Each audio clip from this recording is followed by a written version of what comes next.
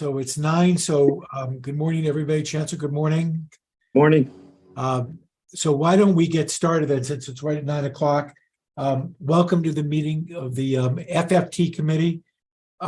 Ryan Lowe is not with us today. He's dealing with a family matter, but we are in great hands with Angela and with Miriam this morning. So we'll be able to get through everything just fine. This is That's wrong. sorry. Oh,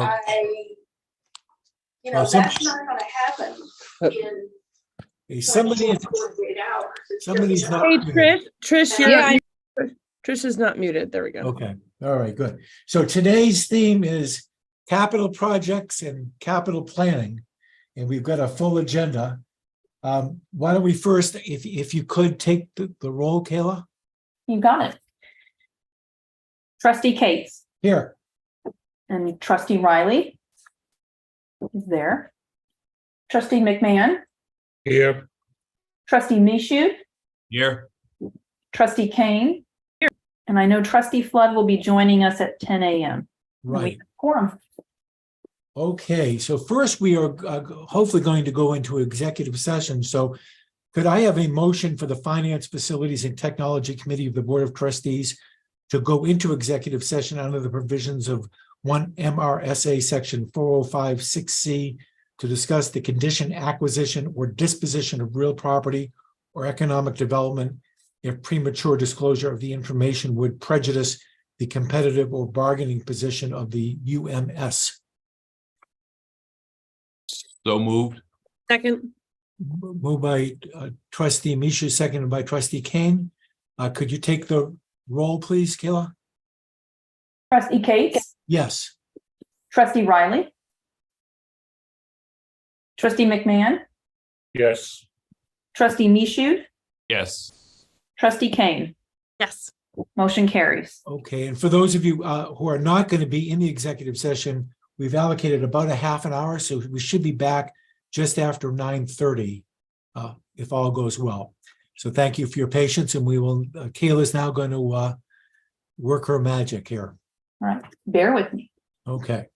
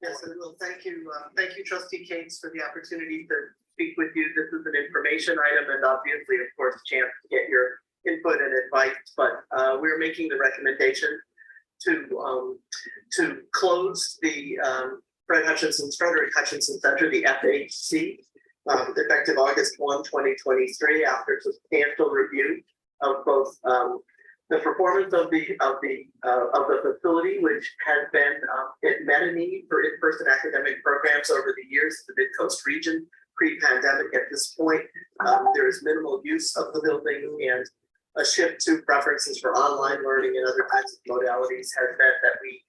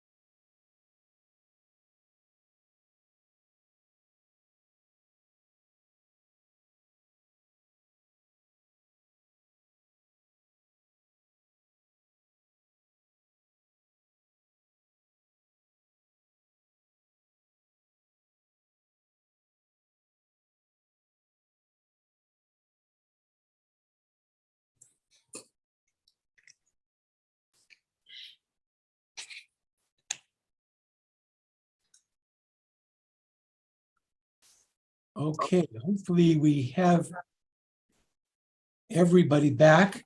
So to those of you who've been patiently waiting, thanks for that patience. We have a committee present with a quorum. I see faculty representative Michael Scott, faculty member. I don't know that we have other faculty members with us today beside Michael. If you do, please speak up, but welcome to you, Michael, as well. And we will now begin the public agenda. Just to remind everybody to please leave your mic muted when you're not speaking. The first item on today's agenda is modernization of Witter Farm, increase in scope change to relocation of dairy operations at the University of Maine. For those of you who have the materials, this is at tab 1. It's off. Good morning again. Thank you, Trustee Cates. Good morning, everyone. We're pleased to bring this item to you to continue our discussions about the modernization of Witter Farm. And I will shortly turn to Dean Diane Rowland and other members of our team to answer in more detail some of the questions that you may have about this. This item has come before you previously in June of last year when you authorized us to expend up to $800,000 to renovate the livestock barn, purchase a robotic milking system, and demolish the dairy barn located on our Witter Teaching and Research Center in Old Town. At this point, a year later, following substantial continued review and discussion of what's really needed there, we're requesting an increase in the budget allowance for this, raising it up to a total budget of $2.6 million. So that's an increase of 1.8. We have funds for this within deferred maintenance, university capital deferred maintenance funds, as well as the experiment station funding and other pools for space removal. So we will be discussing with you in detail now why that extension in scope is advised by our team, and hope you will ask great questions, as I know you always do. So if that's okay, I'll turn it to Diane Rowland. Dean Rowland. Thank you, President Farini-Mundy. And thank you all for this opportunity to come and speak now to the expanded scope of Witter. I want to remind everybody about the importance of this project, just to give you an overview. I know several of you are already familiar with the facility, but just to reiterate the importance of Witter to our programs, it is specifically critical to our Animal and Vet Sciences undergraduate program. This new scope is really essential to address several safety issues that have arisen at the farm as we've dug into the renovations. Also, we're able, with this renovation, to align our student education with industry relevant experiences. We've heard, as this plan has moved forward, we've heard from additional stakeholders and industries throughout the state about the importance of this project. And really, it's about exposing our students to more advanced technologies and data studies. We've also come to understand that it will provide us with a unique opportunity to respond to PFAS. So I understand that this has come up in discussion so far, but we know that the University of Maine is at the cusp of this response. A lot of it will have to do with the dairy industry and animal studies. And so Witter provides us with that opportunity, not through direct contamination of the facilities, but certainly using the animals as a model for some of the studies, including binders, for example, that are being researched by our faculty about how to mitigate PFAS. We also have other research opportunities. We've just had an expansion, $1 million in both industry and federal funding that has just come through in the last year because of these resources at Witter. And so really the potential for expanding our research enterprise is huge. It's also a way in which we want to continue to meet the revenue model for the college and the experiment station through milk sales. And really these renovations are essential for that. And just bottom line is this facility is a point of pride and connection to the university. Witter is really beloved throughout the state. And so we've heard more and more messaging about the importance of this project. So I'm going to go through a few of those details just to make sure that you have all of the relevant information. First off, the dairy program is really a core component to our animal and veterinary science bachelor's degree. This major, currently at 214 students, is the 13th largest bachelor's program among 90 at the university, and that's twice the average size of the bachelor's programs at the University of Maine. This program in particular has grown 20% in 4 years, and it continues to grow. So it's one of our most active programs, and Witter really is at the core of that, providing that hands-on experience. Each semester, over 200 students are using this facility. And so from the Maine Milk Commission, they specifically noted that the ability for students to engage in these hands-on experiences that Witter provides with a working herd of milking cows has really given our students a huge advantage compared to other programs, really that are being lost across the nation, to offer the chance to work with large animals in the field in support of the AVS program. As I mentioned, the second reason, the safety issues that have come up now, pretty critical as we've dug into the renovation of the facilities. First off, we knew that the milking room provided, it had a huge safety issue despite our attempts at many different repairs. It did not meet state regulations. And so really the student transport of chemicals responsible in the processing of the milk really offers a significant safety hazard. And so that really needed to be addressed. We also know that the current barn does not meet animal safety and animal care standards. It's a tie stall, so it is badly outdated, and the bird and rodent issues that are associated with animal care are really increasing given the deterioration of the facilities. And so really these old outdated facilities need to be updated. That remains to be an issue, and we continue to struggle with these safety issues with students and staff. Many of you have heard in the previous request, we are going to be purchasing a robotic milker. And so this opportunity offers a unique experience in the state for our students to not only experience this advanced technology. So there are several operations in Maine that are considering this type of operation. Just from the exposure of the robotic milker itself offers an opportunity to see how this technology works. But the other thing is that there's a tremendous amount of data that is collected as cows move through the robotic milker. All of that data is collected. So it's already offering an opportunity for our faculty to redesign our curriculum to involve many more data science elements, which are really key to the success of our students into the future. This system also represents a possible farm of the future for Maine. So we are really poised for setting up Witter as sort of this model, diversified urban rural interface farm. And so these renovations represent an important model for the state, for producers to explore, for producers to consider these operations. As I mentioned, it also offers a tremendous opportunity for research, particularly for PFAS.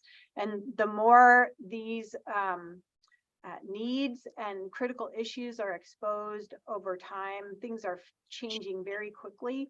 We're beginning to understand the ways in which Witter can really help us respond to PFAS. So the fact that we have cows in which we can look at feed and we can look at processes, not feed that is contaminated, but using that as a model for how we might then apply that information to research that is currently ongoing on farms, really is a remarkable opportunity. As I mentioned, Witter also helps us meet the revenue model. So the milk sales are a part of our revenue model for maintaining and sustaining our farms. And then again, as I mentioned, it is a point of pride, and there have been, increased messages from the community about how important Witter is We have a group of about 280 alumni that are active, and Whittier really sees 6,000 visitors a year. So this is really a critically important community resource.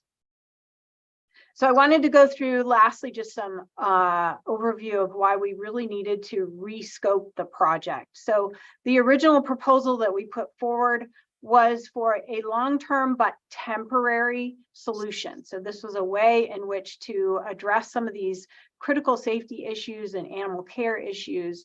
And so we put forward the proposal that we thought we could address very quickly.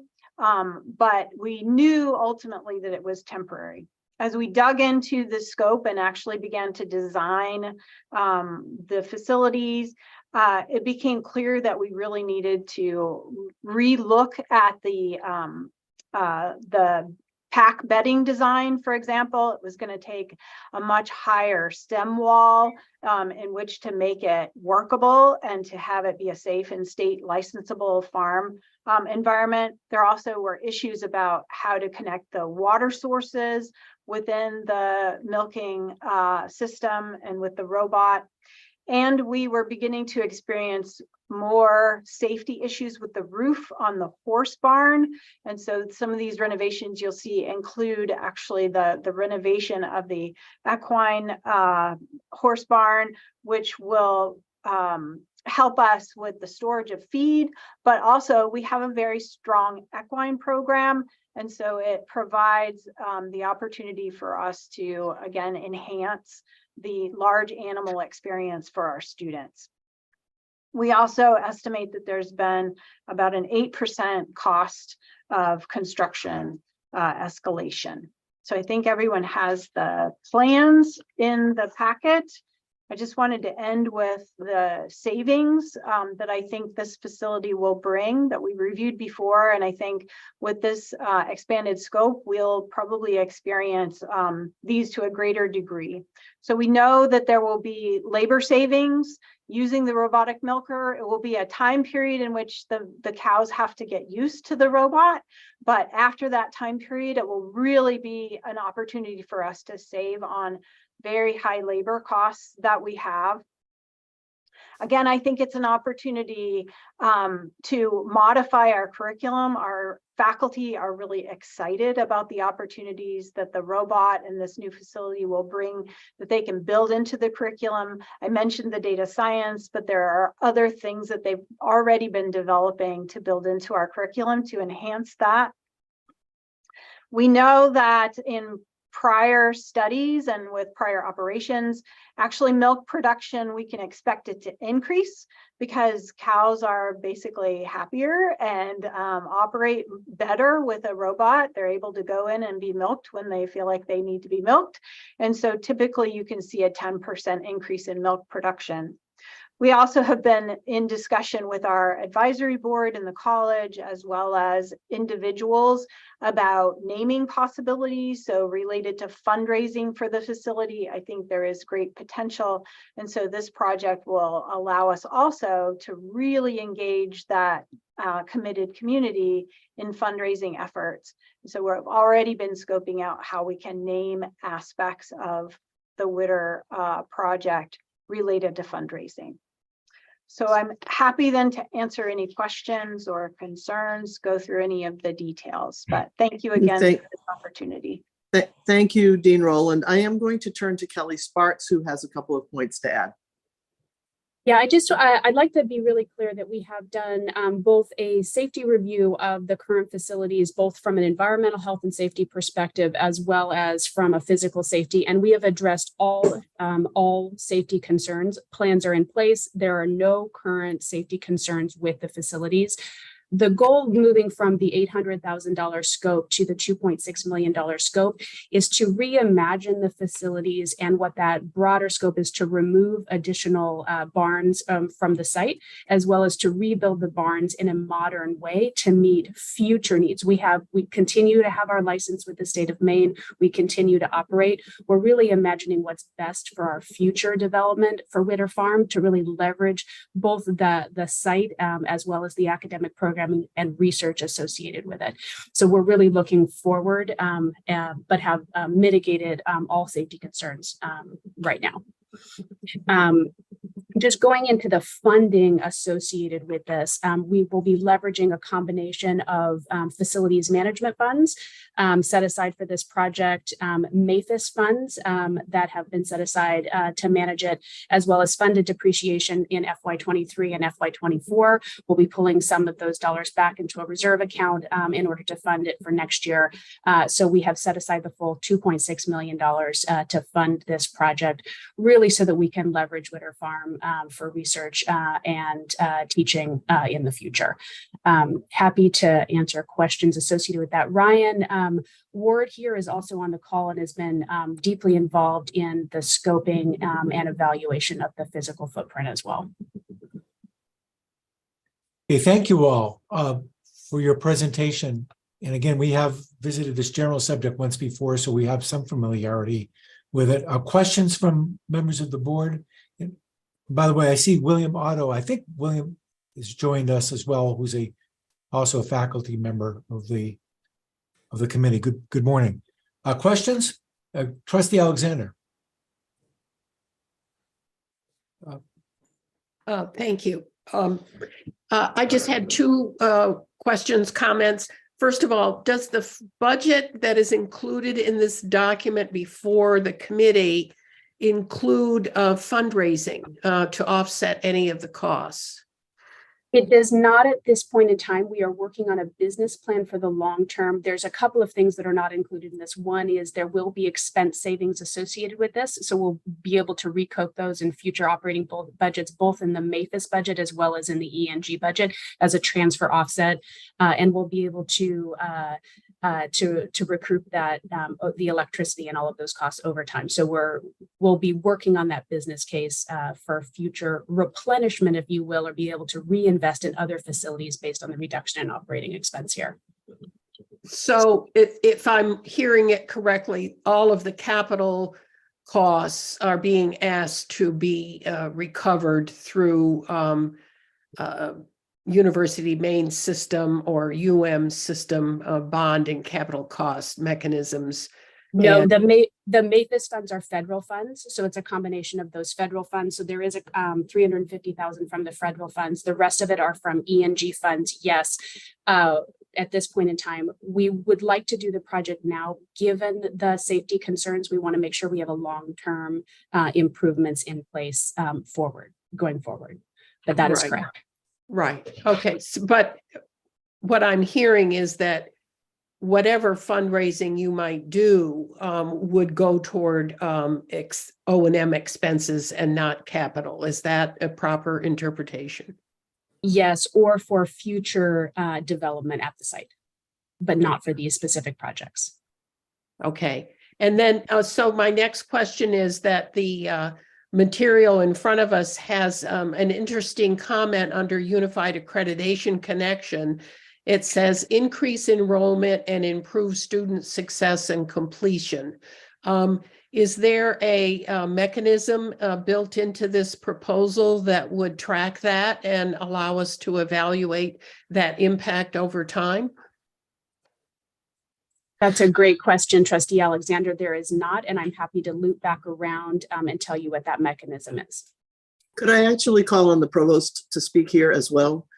Because these, of course, these major goals of increased enrollment and student success and completion for the entire system, we always want to be sure we're doing our part there, but John may have something to add about the ways in which this can interact with other universities.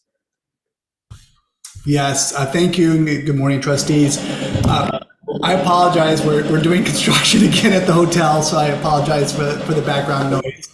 But we are, as you all know, doing the student success and retention of UMS transforms. The work there is really moving ahead on Pathways to Careers as an example, which is across all 7 universities to do internship opportunities. The internship opportunities open up across the whole state for our students. And so students from UMFK, et cetera, will get these type of opportunities. And of course, we're always working, as we know, as we saw in the ASA meeting on Monday morning, we are always working together on an academic program across all 7 universities to look for synergies where we can. And so things like this, all of our research farms, our extension offices across the state are all open to all of our students across all 7 universities. Thanks. It would be great to have that written here, please. Certainly, we will get that in place for when this comes to the board. Thank you. Trustee McMahon is next. This is for Dean Rowland. I was intrigued by some of your comments on PFAS and the ability that this will give us for researching the subject. Do you have, and it's probably an unfair question, but I'll ask it, do you have any estimation of whether you'll be able to solve the problem to the satisfaction of the main dairy farmers who've been so badly hit by PFAS? And if so, do you have some form of timeline when you think this may be able to occur? Because I think this would be of great interest to a large population in Maine. So, I was a crop science researcher for 20 years prior to my position here. So PFAS is of such a critical nature and so unknown. It's a topic that I've never experienced basically at all of the unknowns and all of the research areas that need to be addressed very quickly. And we've been working really hard to get our faculty teams implemented. We have a large on-farm project going on now. We were able to get some private funding to get that going. I do not have an estimate, unfortunately. I think that our faculty are very wise in looking at ways to mitigate.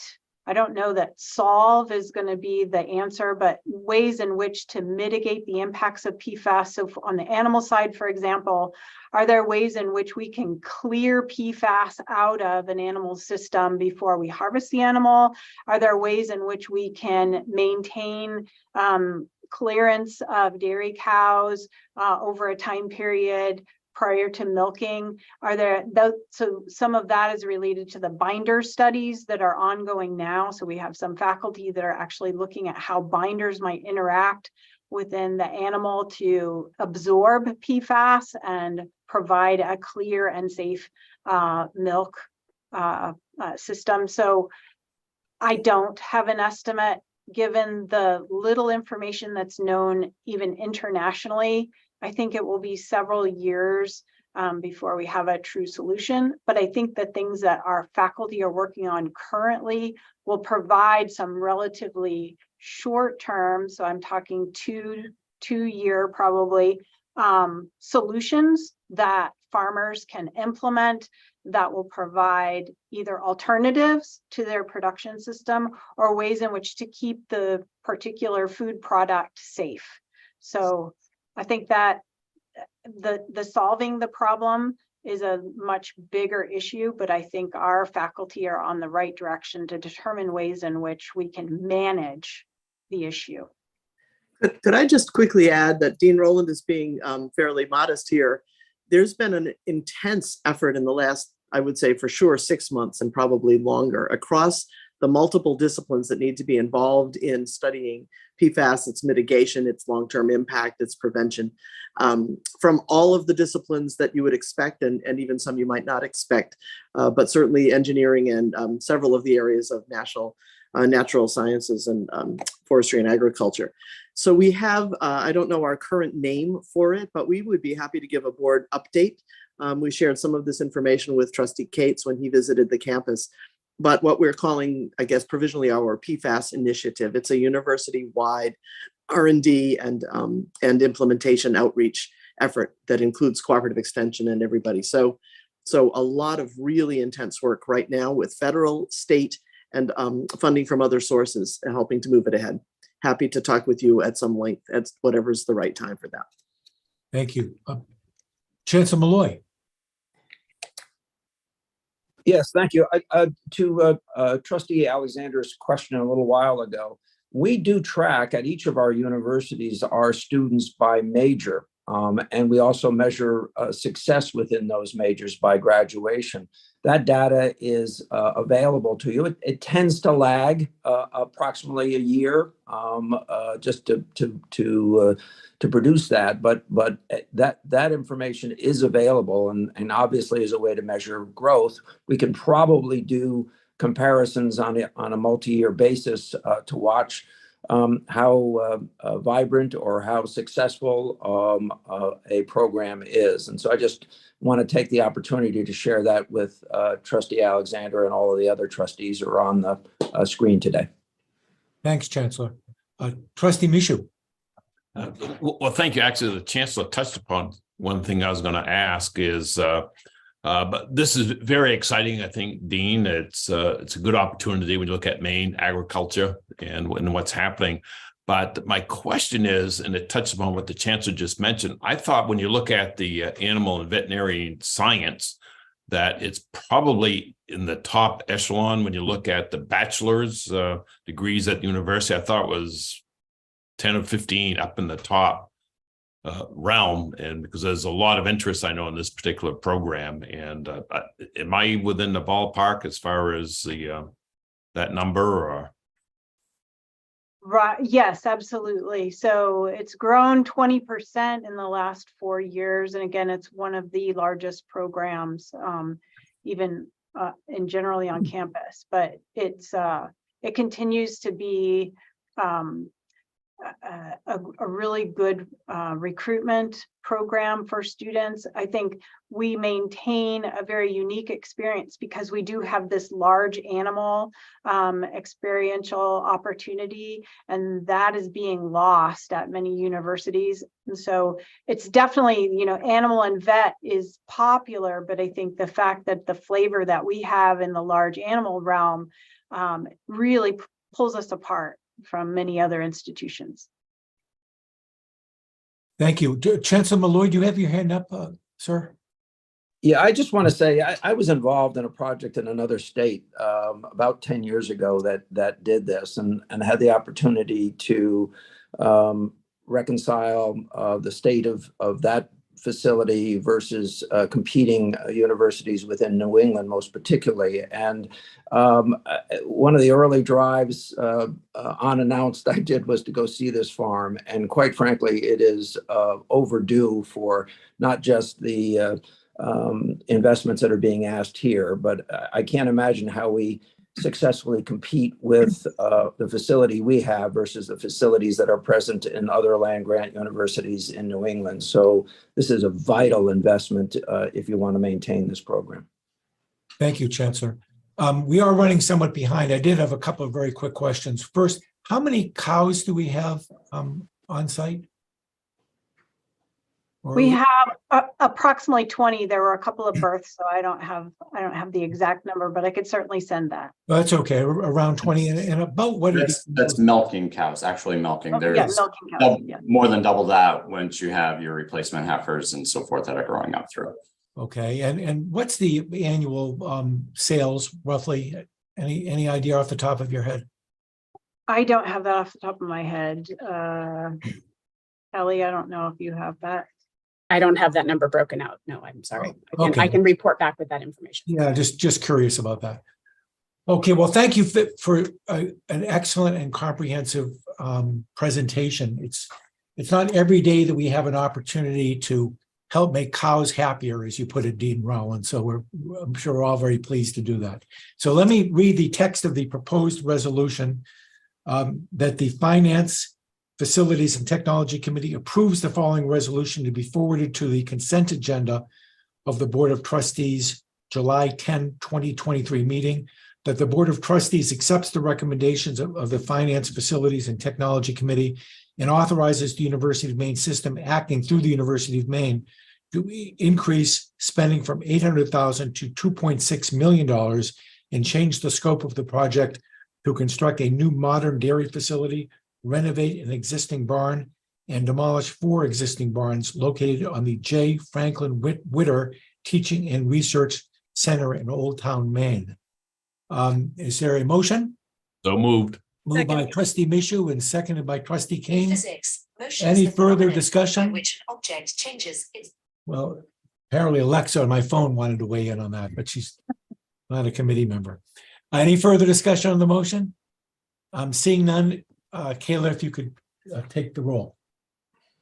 Trustee Cates, Yes. trustee McMahon, Yes. trustee Riley,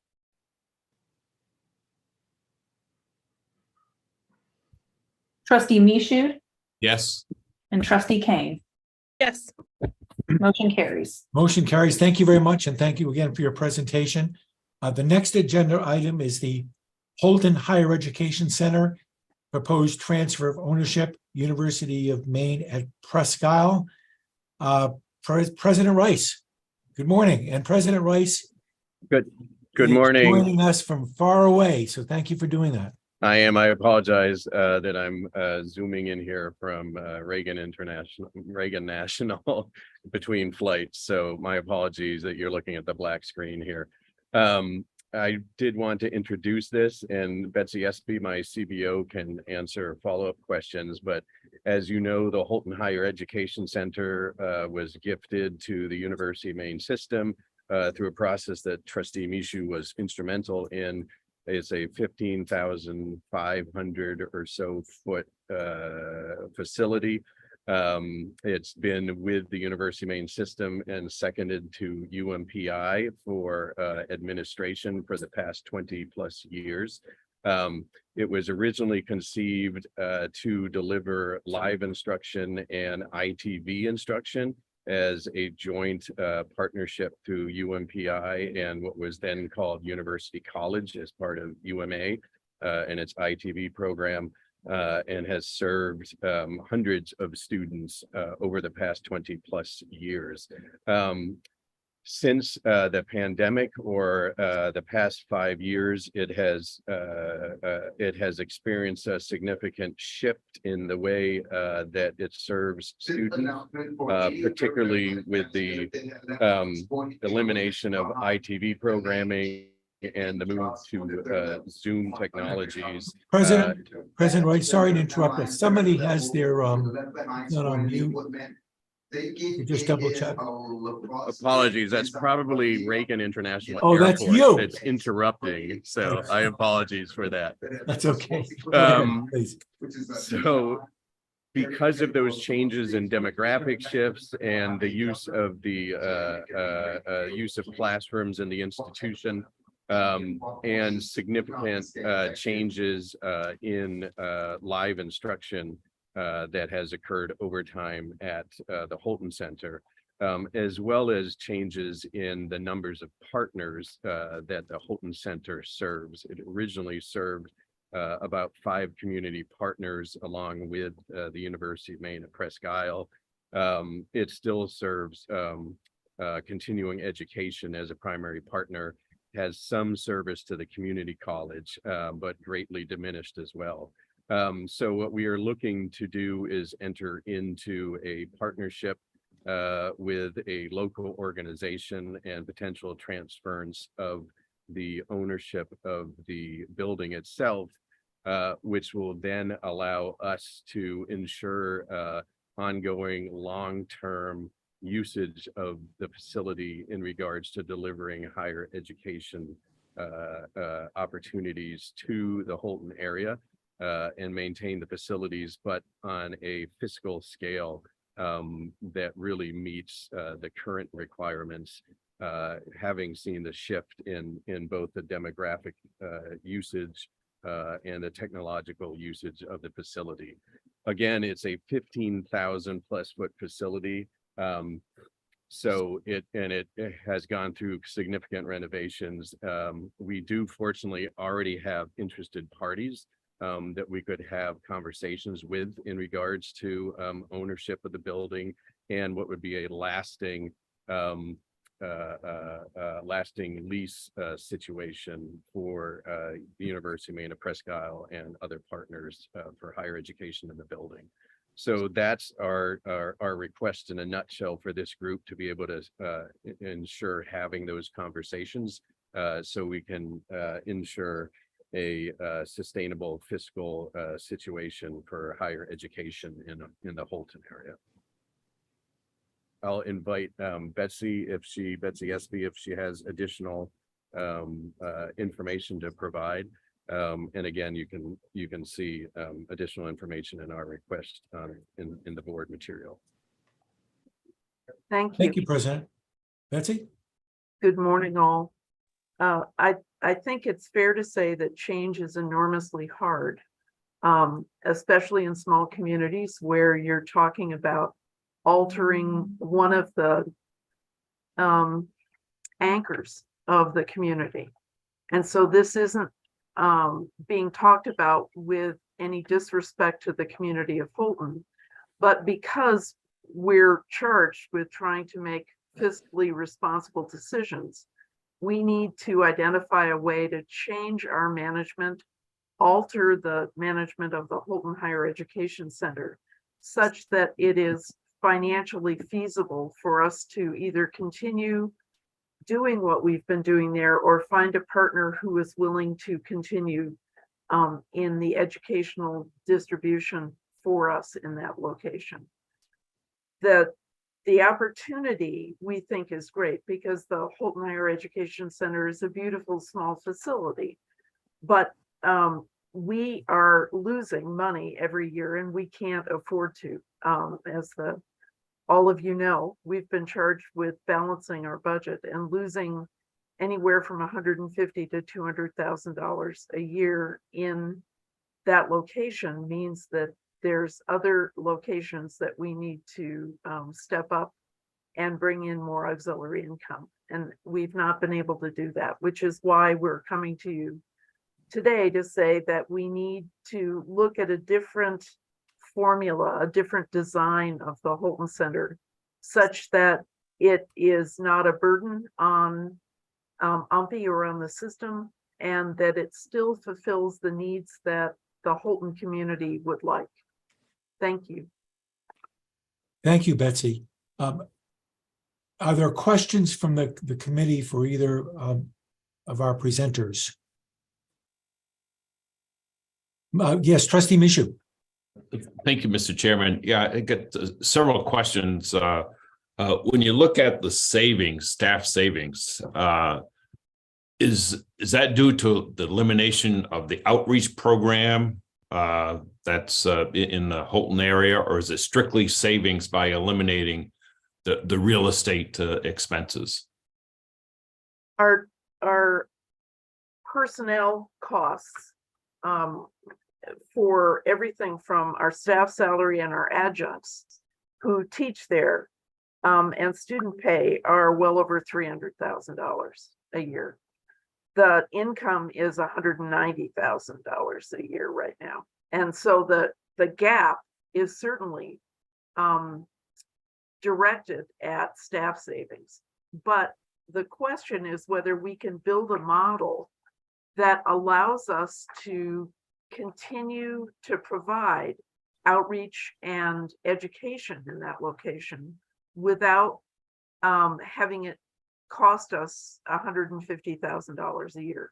I'm not sure what that model will be, but I do know that we have local businesses who are interested in making use of the space that we aren't using fully. And ever since COVID, we aren't using the facility fully. So the question is whether we can build a model of a shared use or a handover of the use, which allows us to continue to do the business of education and outreach, but not continue to sink $150,000 to $200,000 a year into the business. Yeah. Has the program on the education side, has the programming changed over the last 5 years? What have you done to, when you look at the programming, pre-COVID, to make sure the needs of Southern Aroostook are taken care of, at the same time provide an opportunity for folks in that region? Let me give you just a quick piece of information that may explain the shift in participation. In 2018, we had 26 valued FTE students. And many of them were part-time. There were a few full-time, but the combination of them equaled 26 students. Right now, we are down to 9 FTEs. Again, part-time and full-time, working out of the Holton Center. We're offering 25 classes this fall, 22 of which are Zoom or on the internet. So the question is more about the change in presentation and where the students can take the classes from. We act as a location where students can come to and listen to the classes, but they are not necessarily locked to the Holton Higher Education Center. It could be the library, it could be home. So that the question is not about the programs that we offer. There's a change in participation, which is significant in the last 5 years. And how do you do the count? I know we've talked about this issue when you look at who gets credit for what. So if you have someone that goes at the Higher Ed Center, but they're taking a class, say, at Orono, whatever, how is that counted? The registrar for every institution identifies the number of classes, the number of credit hours. We do it based on credit hours, and the value of a full-time student is 30 credit hours a year. So whether they're part-time or not, we identify the number of credit hours they've participated in through the Holton Center, and then qualify that based on 30 credit hours a year. So it may take 16 part-time students to build up to 5 full-time equivalencies, but it's the same way that we do the calculation for all of our students on all of our campuses. So if they're taking a course from another sister, it's counted towards well, you mentioned this year 9. Right. We don't count anything that's at Orono in our count. We only count what's at Holton in our count. That's a question I'm trying to get at is that system, is Holton being utilized a lot more than we're seeing in these raw numbers? So if there's 9 going to Pascal, are there any going to Orono or Southern Maine utilizing the Holton Higher Ed Center? I mean, that's what I was trying to get at. Trustee, I would note that it's UMPI and UMA that are using the center in that way. So the credit hours, generally speaking, go to UMPI or UMA, not the other campuses out of the center. Okay, so the 9 that you're talking about, is that just UMPI or is that UMA as well? That's UMPI, but I would venture a guess, although I didn't ask Buster this before we met, I would venture a guess that you've probably got 75 to 90% of the same number. So 7 or 8 students, FTE, that are participating through the Holton Center for UMA, taking all the part-time and bringing it together as full-time. Right. So that number is just, well, I like to know, I like to get the bigger picture. What is the actual effect? And the concern I have is you mentioned 9, but actually it's more than 9. And when you look at the savings, is that savings predicated just on savings for UMPI, or is it the total savings including UMA? UMA pays us for the use of the facility and for the staffing costs which are associated with their programs. So we have a woman working at the Holton Higher Education Center who does student advising, and a portion of the money UMA pays us is to offset some of her time for student advising. She also works advising students at UMPI, so that we have some shared staffing situations, but we have individual classes. So our adjuncts are our adjuncts, not UMA's adjuncts. Okay. The staffing costs are unique to each institution, but the support costs that UMA pays us for use of facilities and support services are in the neighborhood of $97,000 a year. Okay, my last couple of questions dealing with identifying a partner.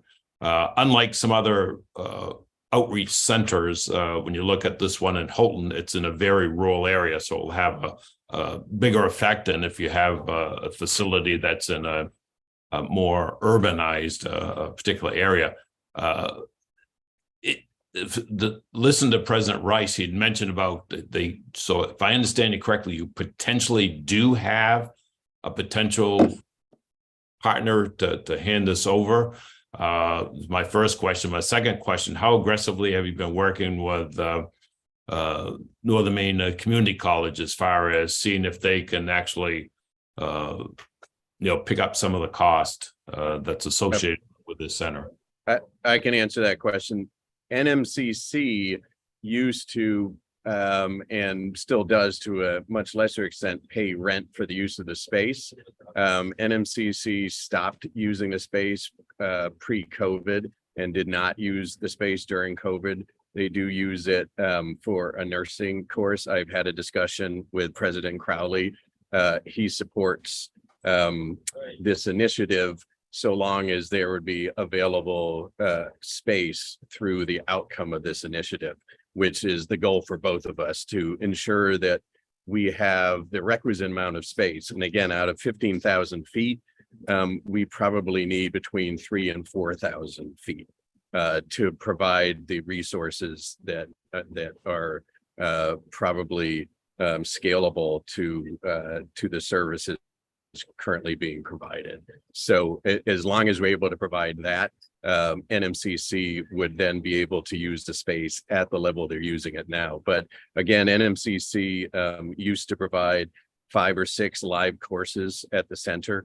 And just as UMPI and UMA hired their own individual instructors to provide live courses. And that's where we see the major shift in regards to the use of the center, is that just does not happen at the same level. We're also looking at much smaller courses in regards to the number of students that are in those classes. The 3 classes that are live classes at the center scheduled for the fall are all in either low single digits or mid single digits at this point in time. So again, we're trying to get to a point where the students are able to utilize the services of the center, and that includes the student support services provided by the staff that Betsy mentioned, but really transition to a center that is much more in the scale of UMA centers at other rural areas, such as Rumford, for instance, in which they rent the space that is then utilized for the centers.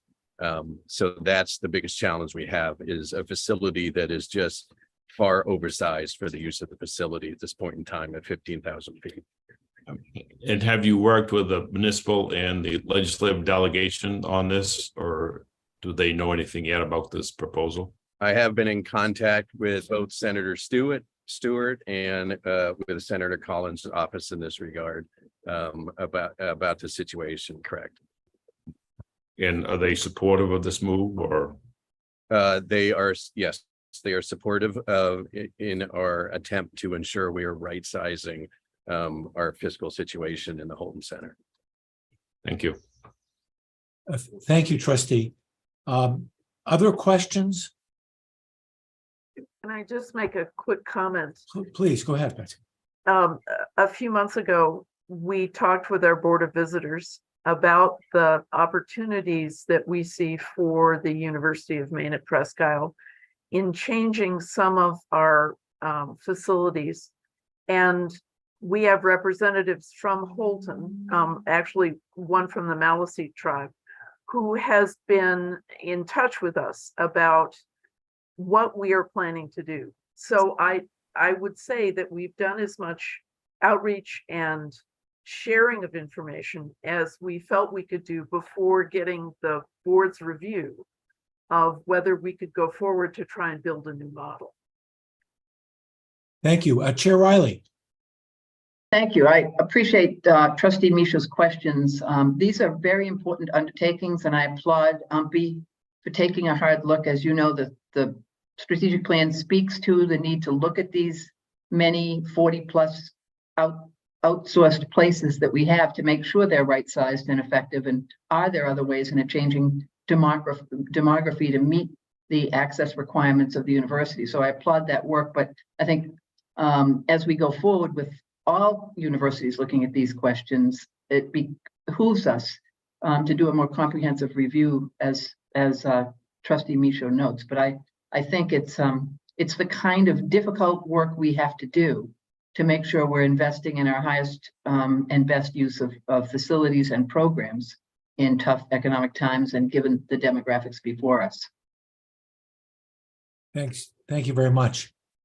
Any other questions or comments before I read the text of a proposed motion? Yes, Trustee Michaud. Oh, you. Thank you, Mr. Chairman. I agree 100% with what Chair Rowley said.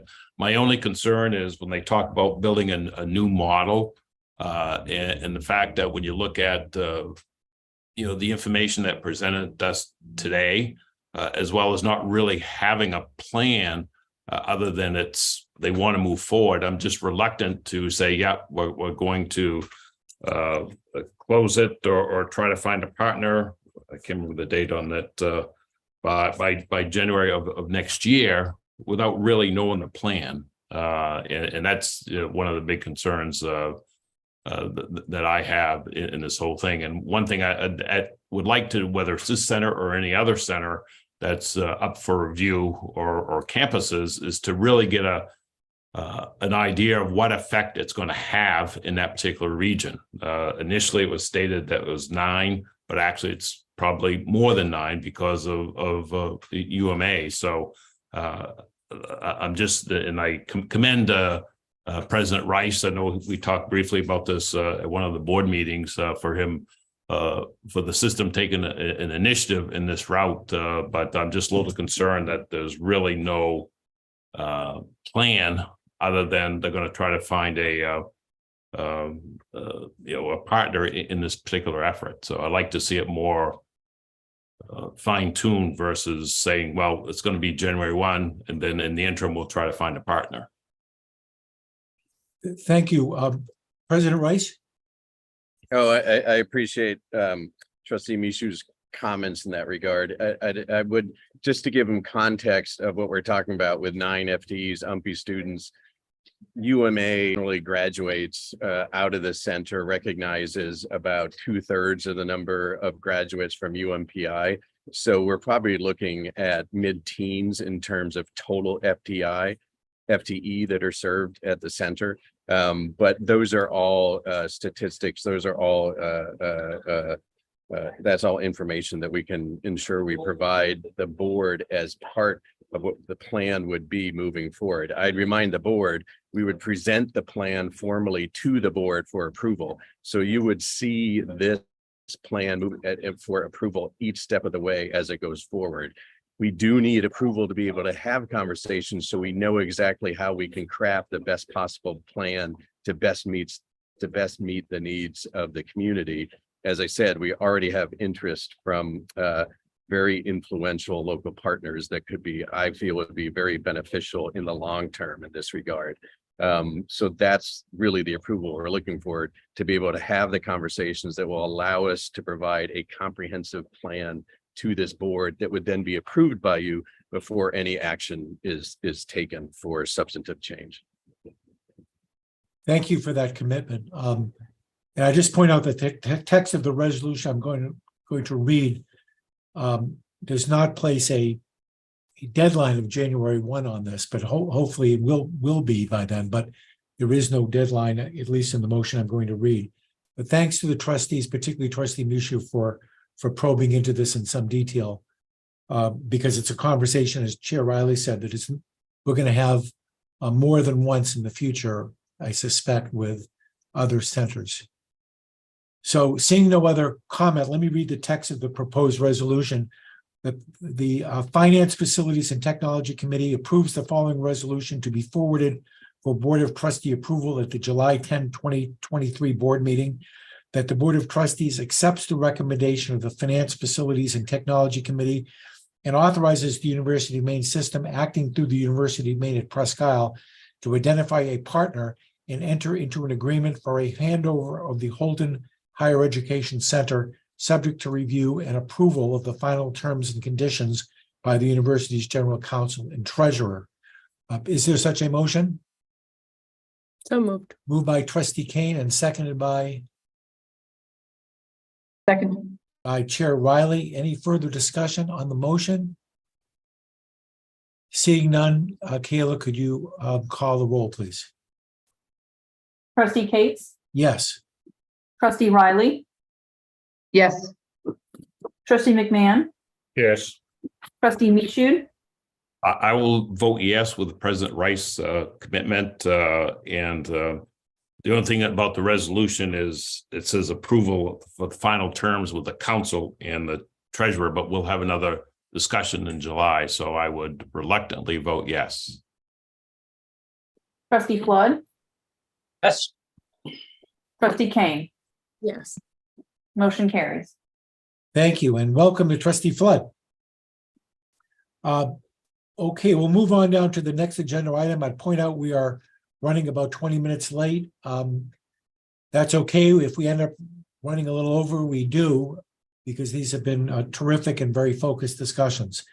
So moving on to the next agenda item, and hoping that President Rice's plane doesn't leave before we get through it.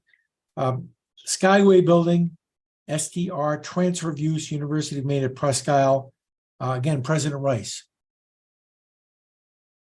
Thank you very much, Mr. Chair. We are requesting approval to move forward in the pursuant of the handover of what we affectionately call the Skyway Building, which is actually one half of a former Air Force building that is located across the street from Northern Maine Community College, and which has served the institution primarily as apartments, residential space for students originally.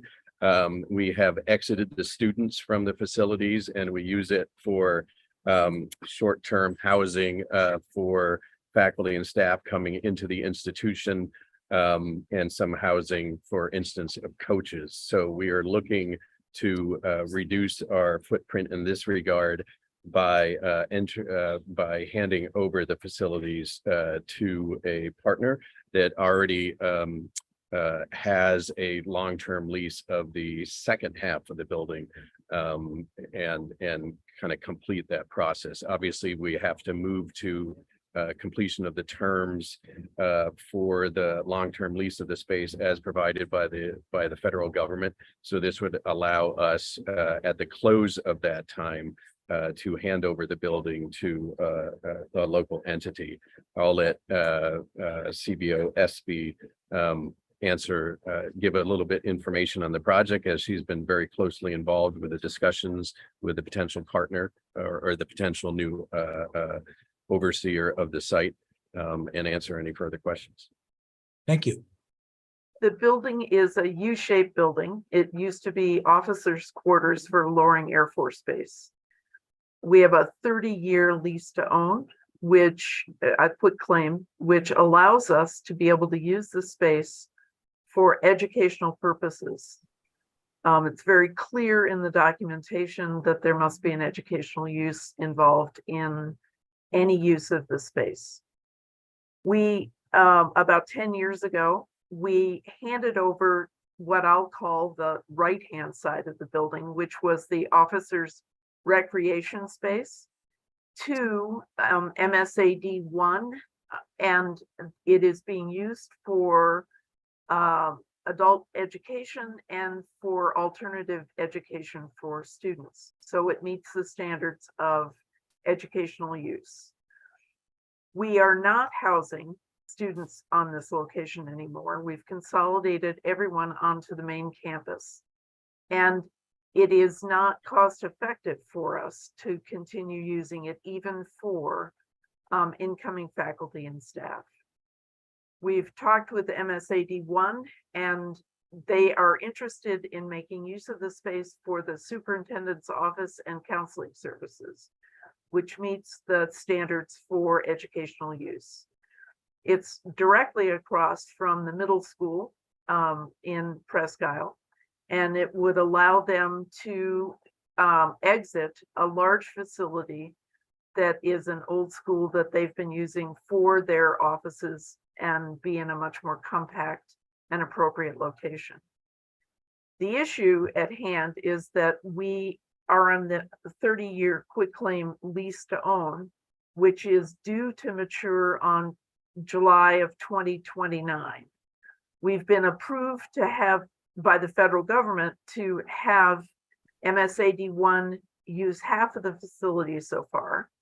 And we would certainly be approved for them to use the other half of the facility, take it over as they have on the first half, and cover all of its expenses. And then in 2029, we'd have to do a transfer of ownership once it becomes ours fully. Thank you. Thank you, Betsy. Questions for Betsy or for the president about this proposal? I'm not seeing anybody. Okay, so I will read the text of the proposed resolution. The Finance, Facilities, and Technology Committee approves the following resolution to be forwarded for Board of Trustee approval at the July 10, 2023 board meeting. That the Board of Trustees accepts the recommendations of the Finance, Facilities, and Technology Committee and authorizes the University of Maine system acting through the University of Maine at Presque Isle to identify a partner and enter into an agreement for a handover of the Skyway building property through July 2029, followed by a transfer of ownership of this full facility as of July 30, 2029, subject to review and approval of the final terms and conditions of the agreement by the university's general counsel and treasurer. Is there such a motion? So moved. Moved by Trustee Kane and seconded by Second. Trustee Flood. Discussion on the motion. Seeing none, Kayla, could you take the roll? Trustee Cates, Yes. trustee Riley, trustee McMahon, Yes. trustee Michoud, Yes. trustee Flood, Yes. and trustee Kane. Yes. Motion carries. Thank you. And thank you for your presentation. Move on now to information which for us is at tab 4, the Kelly Commons Dining Hall Service Area Renovation at the University of Maine. Again, University of Maine at Presque Isle. President Rice. Trifecta this morning, so thank you very much. This is a request to utilize $750,000 towards frankly, very important renovations in our main dining hall. This will complement the renovations we are making in regards to our residence halls and help ensure the satisfaction of students in regards to the services and the ambiance provided in our dining halls. I'll also be frank that is an area that we want to ensure greater student satisfaction. This is a very good opportunity made possible again through my CBO and discussions with Sodexo for this opportunity. And I'll turn it over to her for further information. For your ID. We've been lucky so far with 2 of our agenda items approved. And I'm going to go for the 3rd. Thank you. The dining hall is about 25 years out of date.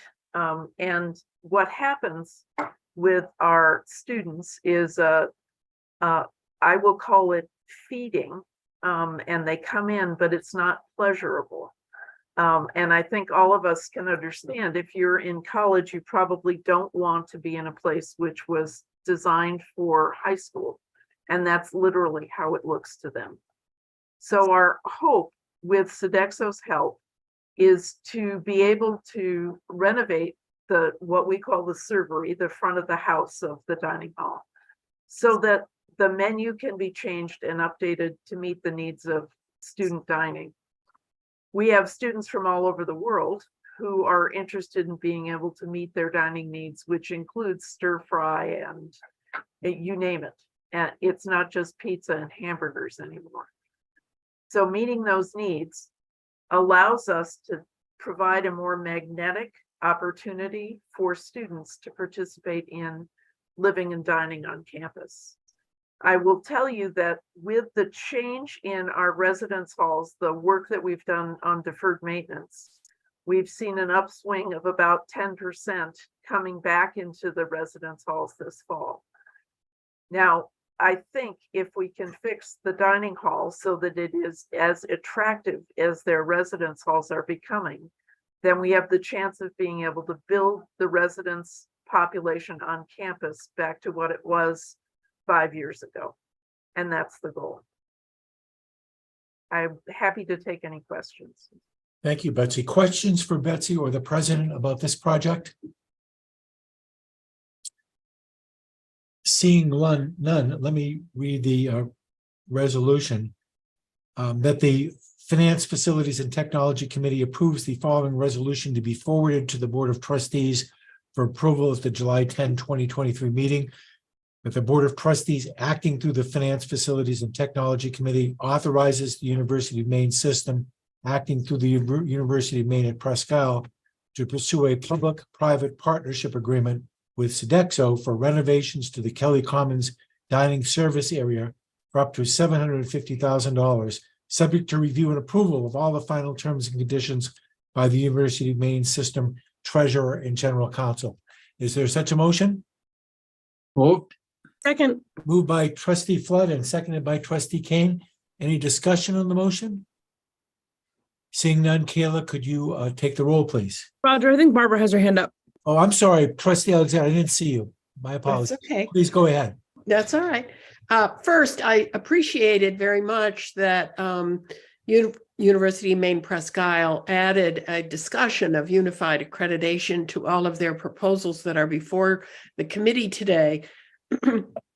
But I am intrigued with this notion of making comments and hopes with regard to increasing dorm residency or enrollment or other aspects of the positive potential system and local impacts for many of these projects.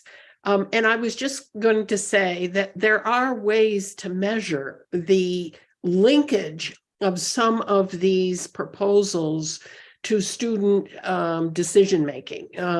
More detailed focus groups or survey instruments could be developed, which would actually link the experience in a dining hall or residence hall to decisions by students to remain or to enter the hall or use the dining facilities. And I would urge UMPI or other universities to try to do that so we can make more fact-based decision-making at the board level to link what are very good proposals to actual outcomes that impact the budgets of these campuses. Thank you.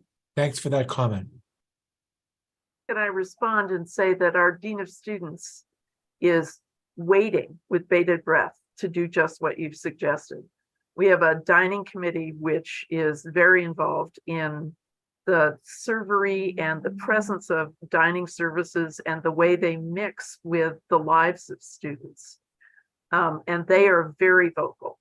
We also have RAs and resident committees, which are very vocal about what they see as the outcome of the work we've done in residence halls. So the trouble is you can't use an architectural drawing of what the outcome will be and say, students, how do you feel about that? They need to live with it and then respond to how they feel about it. So this fall, we will be doing just what you've asked. That's a great best practice. Let's share that approach where possible. Thank you. Thank you.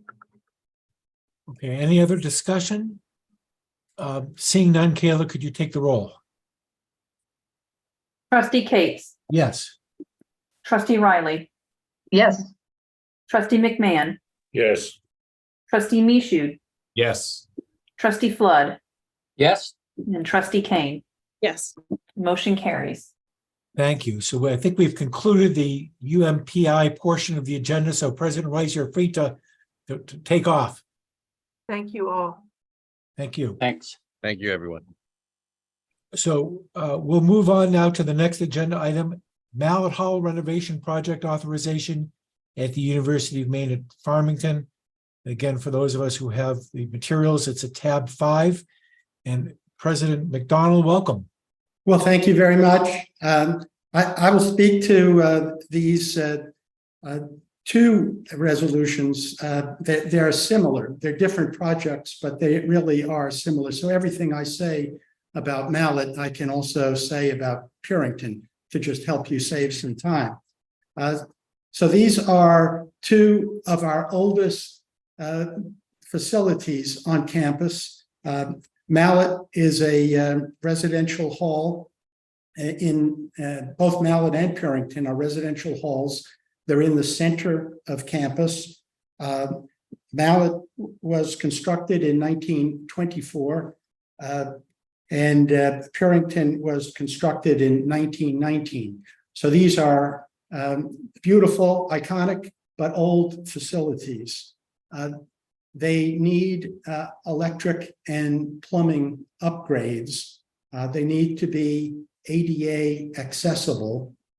And in each of them, we are converting common bathrooms to single bathrooms, which is what students prefer. Mallet has 115 beds and Purington has 110 beds. So these two facilities would be taken out of service until the following year. So they'd be 1 year out of service, 225 of the beds. But these are not cosmetic changes. These are essential upgrades to these two old facilities. So let me just leave it at that. Each one is about $2.7 million. Thank you, President. Questions about, we'll take separate votes on these, but questions about either of these projects from the board? So, President, these two will be taken out of service. What does that do to our ability to house the students who do want to be on campus during that period of time? So last year we had a vacancy rate nearly the same as these 225 beds. So we are anticipating 100% occupancy of the remaining beds, which will be similar to what we had last year. So in that sense, it will not have an effect.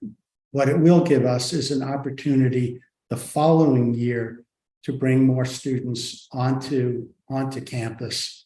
And we have taken steps to make the facilities more attractive in terms of their price. Certain costs were put into housing that have now been taken out and are fees for the whole campus, because we were having the people who are housed subsidize people who were not housed, which was unfair. So this year will be the same as last year, but the following year we will have all of our facility back, which will be an additional 225 beds. Thank you. Trustee Alexander?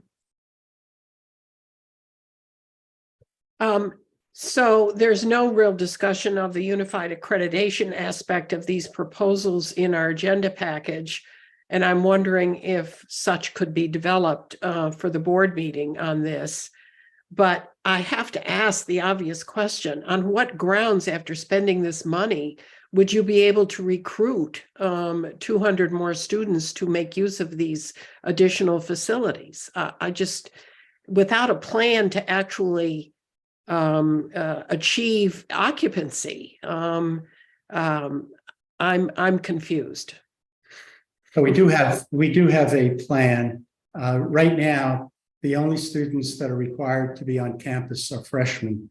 And we will be moving to require more students to be on campus, including sophomores, to make sure that our facilities are occupied. Trustee McMahon? On our page 19, and it's subheading F in the write-up, will not reduce square footage, but will create savings from reducing the work orders. Could you quantify what the savings are?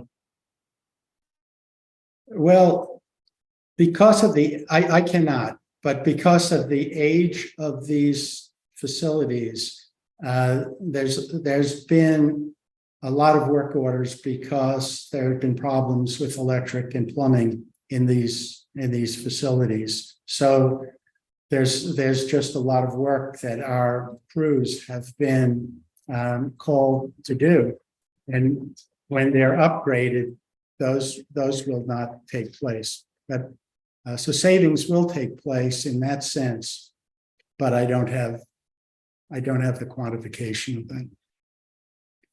Will those be savings in labor cost, headcount, or just savings in material? No, both. The plumbing here is old, and therefore it malfunctions, and so we're continuing to bring in plumbers and others to fix this, and this installation now behind the walls will prevent that from happening into the future. If I may step in and provide a little more insight as well, I think because of the age of the buildings and the mechanicals, the plumbing, et cetera, facilities management crews are spending a lot of time maintaining those old systems. And so once these are upgraded, it will allow them to be more proactive and do more proactive maintenance throughout campus, rather than allocating more of their time to these two buildings.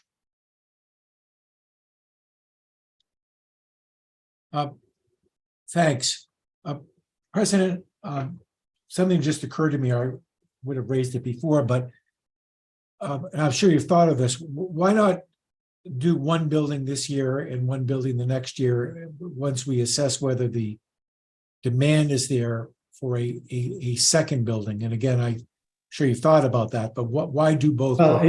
It came through as more costly to do it that way, to bring these are adjacent buildings, and to bring the crews in to do the work at the same time was a cost savings.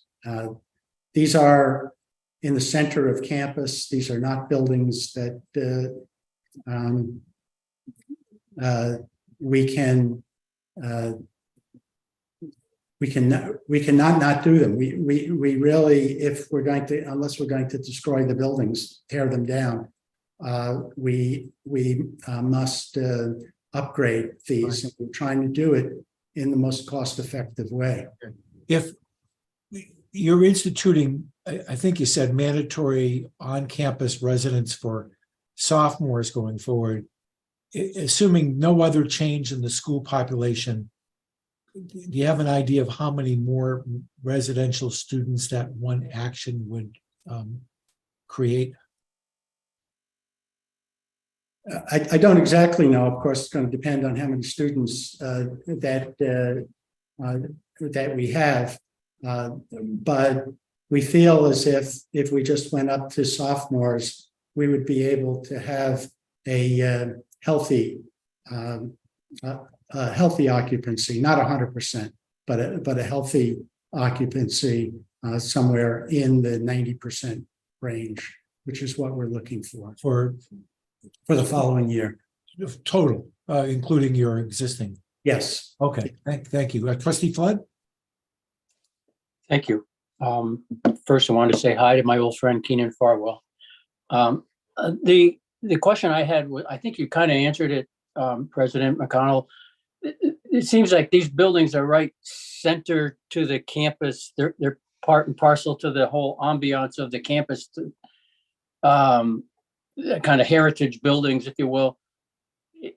And yeah, we don't want to have to spend money that we don't want to spend, but it seems like this is the campus. This is the skyline of our campus. This kind of has to be done, does it not? Yes, it would dramatically change the campus. These are right on High Street, right across from our library and our science building. So they're not tucked in the back the way the newer dormitories are. So this would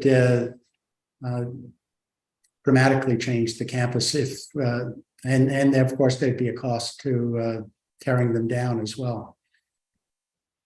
Yeah, it's kind of a conundrum. I mean, I understand the points that my colleagues have raised, and yet I see that these are our, like I say, the heritage culture of that campus. So we've got to, seems like we have to deal with it one way or the other. But thank you for your comments. Thank you, Trustee Chancellor. Thank you. I just want to add my voice here. I have visited this campus many times. The lack of investment around student lifestyle has been absolutely horrendous for probably 15 years. Actually, one of my early tours of a dormitory was with Ryan, and we went into a dorm that Ryan had lived in when he was a student, and he couldn't believe that nothing had changed. Now, Ryan's not an old guy like me, but he's not a young guy either.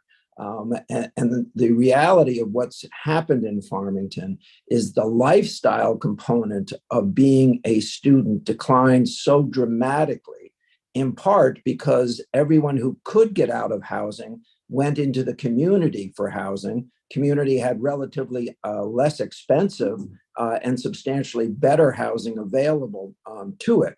But when you take those students off the campus, you dramatically change the lifestyle of freshmen and sophomores and juniors and seniors because the absence of those upperclassmen had a significant negative effect. And it's not just in whether you'll use the housing or not. And we do know statistically that single bathrooms increase the use of housing very significantly, and each of our universities that have made those investments have seen those increases. Having said all that, there is no guarantee here. A lot of damage has been done over the last 15 years to Farmington, but I believed one of the charges that I received when I came here was to address the lack of investment in infrastructure. This meeting itself is a demonstration that we're making progress on infrastructure. I'll agree that there's no guarantee, but I can guarantee you if you don't make investments, no one will live in these buildings, and we will not recover that lifestyle component for students who live in a faraway place. Thank you, Chancellor. Trustee McMahon. I believe that some time ago there was a move by Farmington to rent out space to, I believe it was the hospital for traveling medical professionals. Is this part of that move, or is that totally separate? That is totally separate from this. This is a facility that would have students in it. That was another facility that we were allowing workforce housing for the hospital. And that might be something that we would continue to do, but we wouldn't do it mixed in with the students in this facility. Thank you. Chair Riley? Thank you. That was part of my question as well. To flip it the other way, your current occupancy in your resident halls includes the number of rooms that these hospital travelers are using, or doesn't? I'm trying to figure out, from the base. Look, there are not that many of those people from the hospital, so that they're not really making a big impact at this point. They've taken a few rooms, but we're about at 80% occupancy, a little less than 80% occupancy, and so what we have vacant is about the equivalent of these two facilities. And I share the Chancellor's concerns. To recruit, we need facilities that meet student needs, but I'm also concerned about 225 beds is a lot. And I'd like for the board meeting to know a little bit more about the economies of scale. Why, how much savings in doing it both together versus what it would cost if we waited to see would be interesting data point. And the other question I have is, how well known is the decision to require sophomores to live on campus? And do you anticipate any pushback from landlords who now are getting revenue from those students? Well, I've put the landlords on our Board of Visitors, so they are aware of what is happening. They are our partners and our competitors. So I think keeping them close, they recognize the situation that the university is in, and they are generally supportive of the need to have more students on campus and the need to revitalize this university. This has been historically a residential university, and as the Chancellor indicates, the more that students go off campus, it changes the character of the university. And so, and in terms of doing them one at a time, I don't think I don't think we would get more students utilize these beds this year because of our enrollment. I think we're going to get the same number of students as we had last year. Instead of having vacancies scattered throughout the university, we will have them located in these facilities. So I don't think there's an advantage to waiting for this, but we will give the details. I'll can give those if he has those now. Otherwise, we would provide them certainly before the board meeting in July. Great, and good strategy with the Board of Visitors. Thank you. Yeah. Thank you. Gretchen Catlin? Hi, thank you. I just wanted to highlight, as we think about these renovations later on in our discussions today, we'll be going over the capital investment plan for FY24. And within that plan, Nate Harris will be going over a particular slide that highlights the net asset value of our buildings as we categorize them into things like academic and residential halls.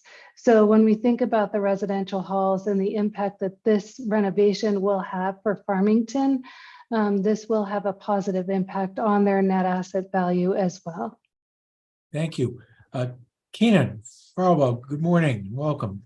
Good morning. Thank you. I just wanted to just to be clear that we engaged with an architecture firm that did a survey for all of our students this spring that really told the tale of the reasons that they move off campus is the multi-user bathrooms in our residence halls. So these two buildings have multi-user bathrooms and are in great need of full infrastructure upgrades. So the existing cast in place drains are failing, and the work orders that are coming in are not easily maintained by us, as the showers leaking from the second floor to the first floor and items like that. So it's to do the two buildings separately at two separate times. The A&E firm and their opinion of probable cost was about $650,000 to do them separate. So likely of $500,000 to $750,000 of savings to do them at the same time, as they are match buildings from the street all the way in.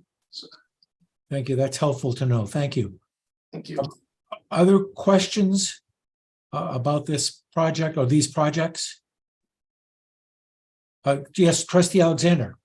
I just wanted to ask the university to prepare a proper defense of this proposal as part of a discussion of unified accreditation or other documentation with regard to linking this proposal to its need to retain students, what role that has on its future enrollment, its revenues, and other aspects to try to keep this campus viable. And that sort of justification would be very helpful to the record of why this proposal should be approved. Thank you. Thank you, trustee. And we're glad to do that. Thank you. Other questions or discussion about this before I read the first resolution? Seeing none, let me read this. This is with respect to Mallett Hall. That the Finance, Facilities and Technology Committee approves the following resolution to be forwarded to the consent agenda of the Board of Trustees, July 10, 2023 meeting. That the Board of Trustees, acting through the Finance, Facilities and Technology Committee, authorizes the University of Maine system, acting through the University of Maine at Farmington, to expend up to $2,700,000 to renovate the restrooms and replace the failing plumbing infrastructure at Mallett Hall on the UMF campus. Funding for this project would be from the state annual capital improvements commitment. Is there such a motion? So moved. Moved by trustee Flood and seconded by Second. trustee Mishu. Thank you. Any discussion with respect to the motion? Seeing none, Kayla, could you call the roll, please? Trustee Cates, Yes. trustee Riley, Yes. trustee McMahon, Yes. trustee Michoud, Yes. trustee Flood. Yes. The motion carries. Okay, thank you. And secondly, I'll read the motion with respect to Purington Hall. That the Finance, Facilities and Technology Committee approves the following resolution to be forwarded to the consent agenda of the Board of Trustees, July 10, 2023 meeting. That the Board of Trustees, acting through the Finance, Facilities and Technology Committee, authorizes the University of Maine system, acting through the University of Maine at Farmington, to expend up to $2,700,000 to renovate the restrooms and replace the failing plumbing infrastructure at Purington Hall on the UMF campus. Funding for this project would be from the state annual capital improvements commitment. Is there such a motion? So moved. Moved by trustee Mishu and seconded by trustee Flood. Is there discussion on the motion? Seeing none, Kayla, could you take the roll? Trustee Cates, Yes. trustee Riley, Yes. trustee McMahon, Yes. trustee Michoud, Yes. trustee Flood. Yes. The motion carries. Thank you. We are not going to take a break just to get through this agenda, hopefully as close to on time as we can. So obviously feel free to take a break if you need to. We'll move on to the next agenda item, which is at tab 7, real estate disposition, the Chamberlain and Deering Street properties at the University of Southern Maine. And Buster Neal is going to fill us in on that. Thank you, Chair Cates, and I'll be brief in the light of the time constraint. The agenda item before you relates to the $63 million Center for the Arts project that you approved on March the 1st of this year, subsequently approved by the full board on March 27th. As part of the funding plan as presented to you, $61 million comes from private money, from revenue bond proceeds, and other financing. The remaining $2 million does come from the disposition of 5 properties that are located on Chamberlain Street and Deering Avenue in Portland. The properties since May of 2017 have been leased to Avesta Housing, and that lease expires at the end of this month. Working through procurement, we're in the final stages of executing a contract with an appraisal firm to determine the fair market value of the properties. And our request to you is approval to move forward with the appraisal and also the subsequent sale of the 5 properties. Proceeds from the sale will be no less than the appraised value. And any documents related to the sale are subject to review by the treasurer and legal counsel. And then subsequently will go to the full board for final approval. So Chair Cates, I'm happy to respond to any questions that you or committee might have. Thank you very much. Trustee McMahon. Buster, has any consideration been given to putting deed restrictions on these for the sale, so though we have neighborhood environment that we'd like to have longer term? And that would, Trustee McCann, that will be a part of the process and will be included in there. Currently, the houses are actually zoned for residential use. Because we also have a university overlay zone, if we were to hold on to the houses, we could use them as office space. But I do believe the intent will be for them to remain as residential use. But we certainly will be sure that we have ourselves protected on that. Thank you. Thank you. Chair Riley. Thank you. Given the issues of homelessness in the Portland area particularly, are those facilities, the Avesta facilities, empty now? They will be empty at the end of this month. So that's a planned activity. And I might also mention to you, Trustee Riley, that the residents were notified of this back in September. And then at the end of March, they got a 90-day reminder. And then very recently, they got another reminder from Augusta. So we worked very carefully to be sure that the residents were aware of this. And as I recall also, Buster, your conversations with Avesta itself go back well beyond that. Is that right? Very much so. I know when my first trip to USM, we had conversations with them not long after I got there. And then in a couple of years, we were able to work out this arrangement. Thank you. Other questions or comments about this agenda item? Not seeing any. Let me read the text of the proposed resolution. That the Finance, Facilities, and Technology Committee approves the following resolution to be forwarded to the Board of Trustees approval at the July 10, 2023 meeting. That the Board of Trustees accepts the recommendations of the Finance, Facilities, and Technology Committee and authorizes the University of Southern Maine to sell properties at or above the combined appraised value located at 7, 11, 15, and 19 Chamberlain Street and 209 Deering Avenue in Portland, Maine, subject to review and approval of the final terms and conditions of the purchase and sales agreements by the university's general counsel and treasurer. Is there such a motion? So moved. Moved by Trustee McMahon and seconded by Second. Trustee Michoud. Thank you. Any discussion on the motion? Seeing none, Kayla, could you call the roll? Trustee Cates, Yes. Trustee Riley. Yep. Trustee McMahon, Yes. Trustee Michoud, Yes. and Trustee Flood. Yes. The motion carries. Thank you. And we'll look forward to hearing further down the line. Thank you all. Thank you. So next on the agenda is something we do each year, and I'm not sure it's always this month, but it's the FY24 Capital Plan All Funds Review. We've got good materials and the good documents in the materials about this. And Nate Harris, who's the Associate Director of Capital Planning, is going to present this. Nate, welcome and good morning. Well, thank you, and good morning, everybody, and thank you for taking some time in your agenda to go over the FY24 plan.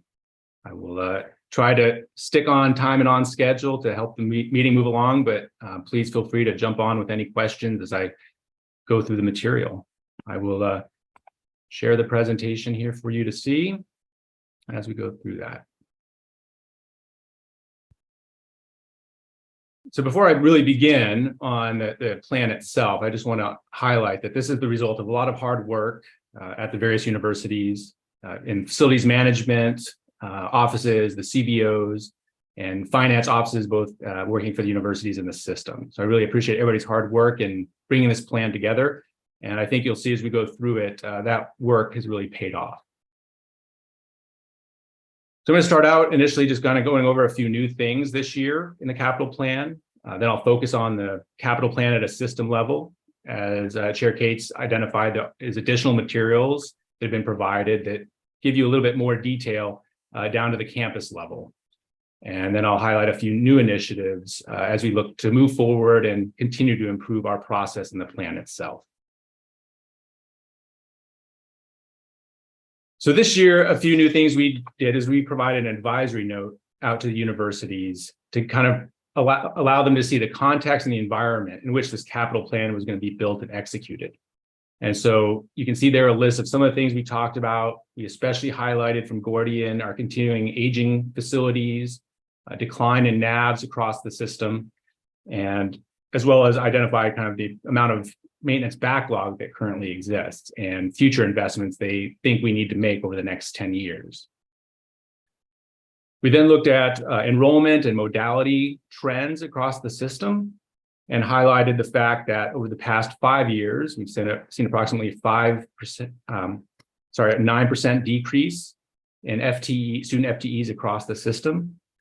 And when digging down kind of the next level, that decrease was made up of a 34% decrease in in-person credit hours and learning and an 80% increase in online learning. And we'll talk a little bit more about kind of how that impacts facilities later on when we talk about some of our future initiatives. We highlighted ongoing inflationary pressure within the construction environment and identified a few new funding opportunities that were out there and that maybe universities could take advantage of. Excuse me, let me interrupt just for a second. Yeah. I think you encourage questions as you go through this. Please. So I can't see anybody because of the presentation. So if anybody has questions, just go ahead and speak up. Sorry for the interruption. No problem. Thank you. We also asked for the universities to send a narrative along with their list of projects that were to identify kind of their priorities, high focus areas they were looking to achieve, any constraints in their plan. And as you can imagine, for the one-year plan, those can be fairly tactical. I anticipate as we go to the 5-year plan next, we'll see a little bit more strategic thought in those narratives. But you'll find those narratives kind of embedded within the attached report as we talk about university level focus and the projects that they're tackling this coming fiscal year.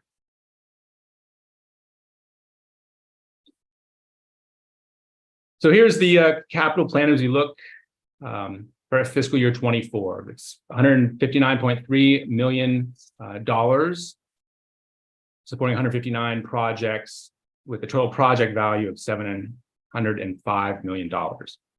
And so you'll see a little bit of a breakout on the left-hand side, dollar values going to specific categories, and then a percentage on the graph of how those categories match up over against the overall plan. You will see kind of detailed funding information in the report when I try to create kind of a system level report, to show how the funding was broken out. It got very busy very quickly. A lot of different funding sources make up this plan. But I do want to highlight a couple of the larger contributors. So we had both the Harold Alfond grant funds and earmarks making up about 16% of the total funding each. Fundraising makes up 14% of total funding, and revenue bonds an additional 13% of the funds.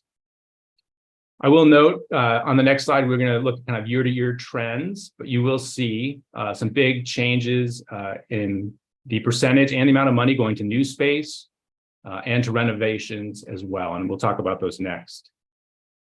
I do want to, before I move on from this slide, just highlight that the capital plan is really just one of the components that go towards the upkeep of our facilities. And the operations and maintenance funding that goes to our facilities directorates at each university is really critical at conducting the preventative maintenance and upkeep of the facilities to keep them up and running. And when we see declines in those areas, whether it be money or staffing, the result is you're going to see a more expensive capital plan as capital plan starts focusing on tackling maintenance backlogs in other areas by looking at improvements to the facilities themselves. So here's a look year over year of our two different capital plans as they were planned. I mentioned that, as you can see, there's big change in the amount of money going to new space. And I don't believe this to necessarily be a trend, but it's a result of a couple of factors. We have 3 large projects at USM that are wrapping up and carrying over a little bit into FY24. So we have some expenditures that are carrying forward in that area. And we have some new construction planned both at USM and at UMaine that, while we're starting to spend money towards those in 24, we're not going to see big expenditures probably till the future years. And so that really, in my mind, explains the drop in money going towards new spaces versus an overall change in the trend. You'll see a big jump in our spending going towards utility infrastructure, which is almost solely driven by UMaine's energy project that they have, and they're starting off this fiscal year. And really the big change, as you can see, is in renovations, which is a good news story, and we'll talk about that more. But more money going to existing facilities is a great thing. A lot of those renovations are being funded by earmarks and MJRP, and especially the state's commitment to capital improvements. And a lot of those monies are being executed this fiscal year at our smaller universities with a big focus on residence halls and improving those spaces. And we'll kind of see as we look later on in this presentation why that is an area that needs to be focused on. So here's a breakout of our capital plan as we look at the overall cost of the project. And these kind of breakpoints make sense when you think about the complexity of the project, both from executing it and the amount of different funding sources that will be needed to fund these projects, especially over $10 million, and as we move down. And so I think it's very telling that we have 11 projects, or 7% of all the projects for this fiscal year. They're going to account for about half, or exactly half, of our planned spending. So we have a small handful of projects that are very expensive and going to take a lot of focus and work. As we move down to the next bracket and add that in, we're now talking about 18% of the projects taking up 77% of the funding. And as I said, these projects are more complex. It takes a lot more coordination at the university with system offices, often with the assistance of developers and others to make these projects happen. Now, that being said, I think it's important we also look at those projects kind of in those bottom 2 brackets. So as you can see, they take up the preponderance of the overall number of projects. So 130 projects, or 82% of the projects in the bottom 2 brackets, but only accounting for 23% of the dollars. And so while these projects are not necessarily dollar intensive, they are certainly labor intensive for our facilities management personnel and our project managers. In a lot of cases, these projects are being managed at that level versus bringing in a contract manager to run the project. And so while dollar value wise, they don't rise up to the intensity of some of these bigger projects, workload wise, they are as intense, if not more intense, on the workforce making them happen.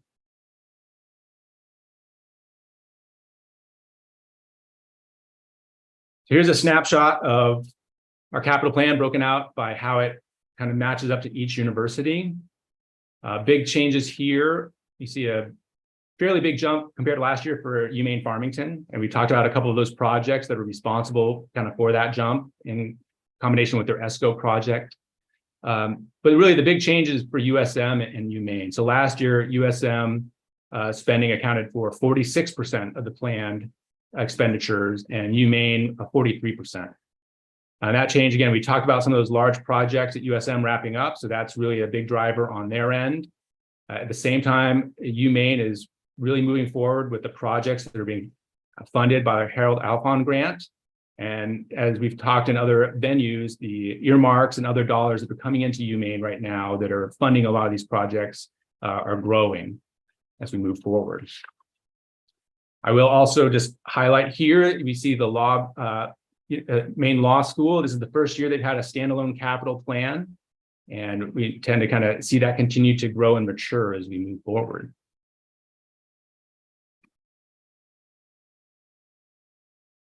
The last slide that focuses on our current capital plan is our Gordian slide. So just kind of as a reminder, this takes out projects that are going towards new construction, demolition, or any sort of ground or utility infrastructure, and really focuses on the money going into existing facilities. And this is really a good news story that I think needs to be celebrated. This is the first time in 10 years that we're going to meet and exceed our keep up target.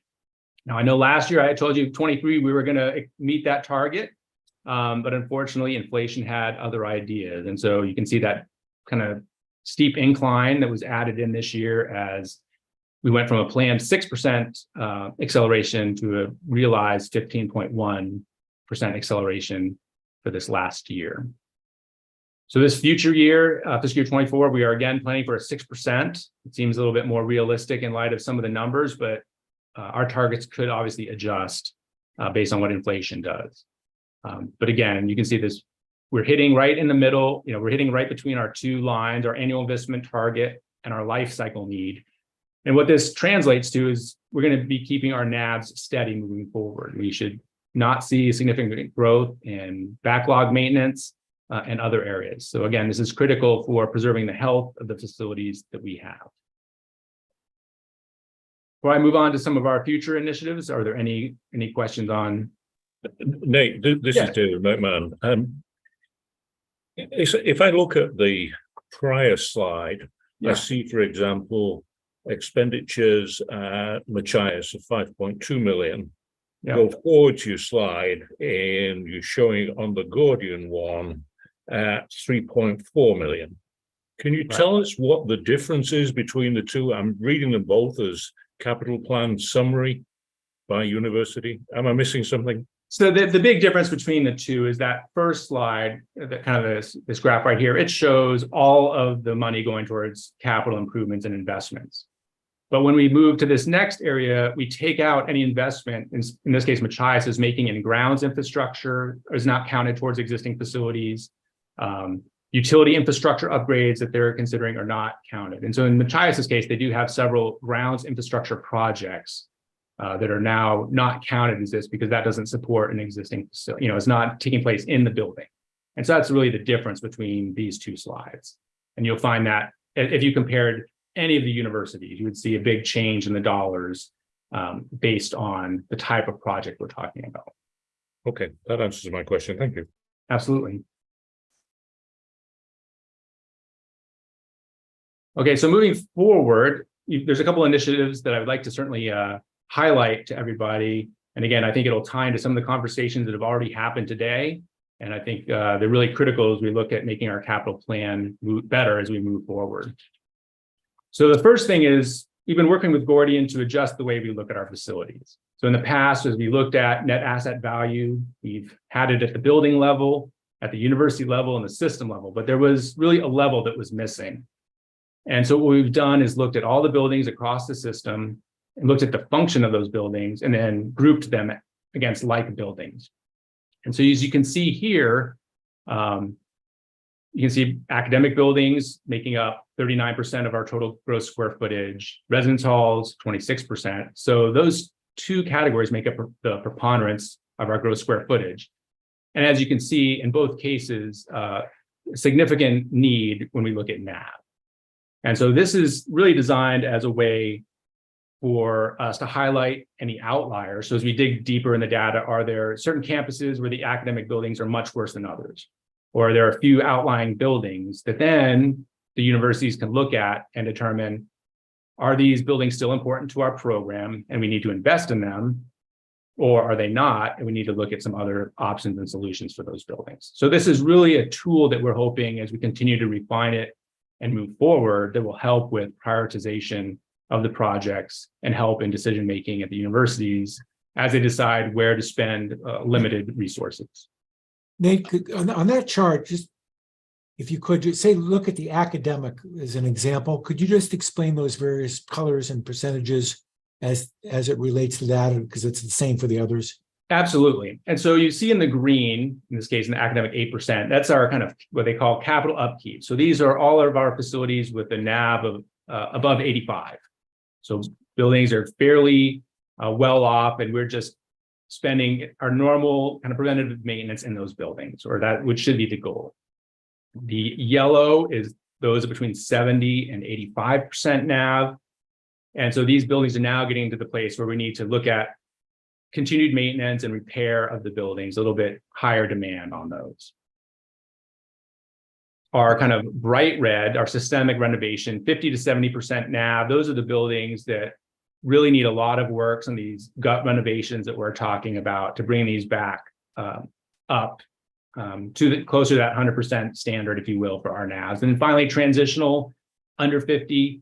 I mean, these are the buildings that really need a hard look at, do we need to keep these? It's going to be expensive to bring them back, but it's also, you know, so are we going to spend the money on that? Do we need to look at taking them down or looking at other avenues of disposition? So those are really, as we move forward, the ones we're going to focus on early. And in some cases, we are even taking this a step further and say, okay, how about those that are below 20% NAV? And no kidding, what is the condition of the building? We have the algorithmic output of the net asset value. What is the no kidding condition of that building? How is it being used? And how important is it to the program moving forward? Thank you. So the code to the right, the word transitional, what is that? So that's Gordian's term, where it's like, it's to the point where you need to look at making a big investment or divesting. Okay, thanks. Nate, I'd just like to add, I think this is a great chart and a good way to look at this, that in our when we get to the 5-year plan, I think we do have to take a hard look at, given the demographics, and we know our footprint's bigger than it needs to be, those buildings that are at risk. You know, we've got the UMaine example of the P3 to save 2 old buildings, but others may well need to be demolished. And I think we need to put that more front and center. So I'm glad we're taking this approach. Thanks. Absolutely. So this kind of ties directly to the next initiative. And I think the two together can help further advance or look at how we prioritize our projects. So again, each year Gordian presents density data, and density data is a high-level indicator of use. So they just take the total amount of users using FTEs of students and staff and faculty and divide it by 100,000 square feet.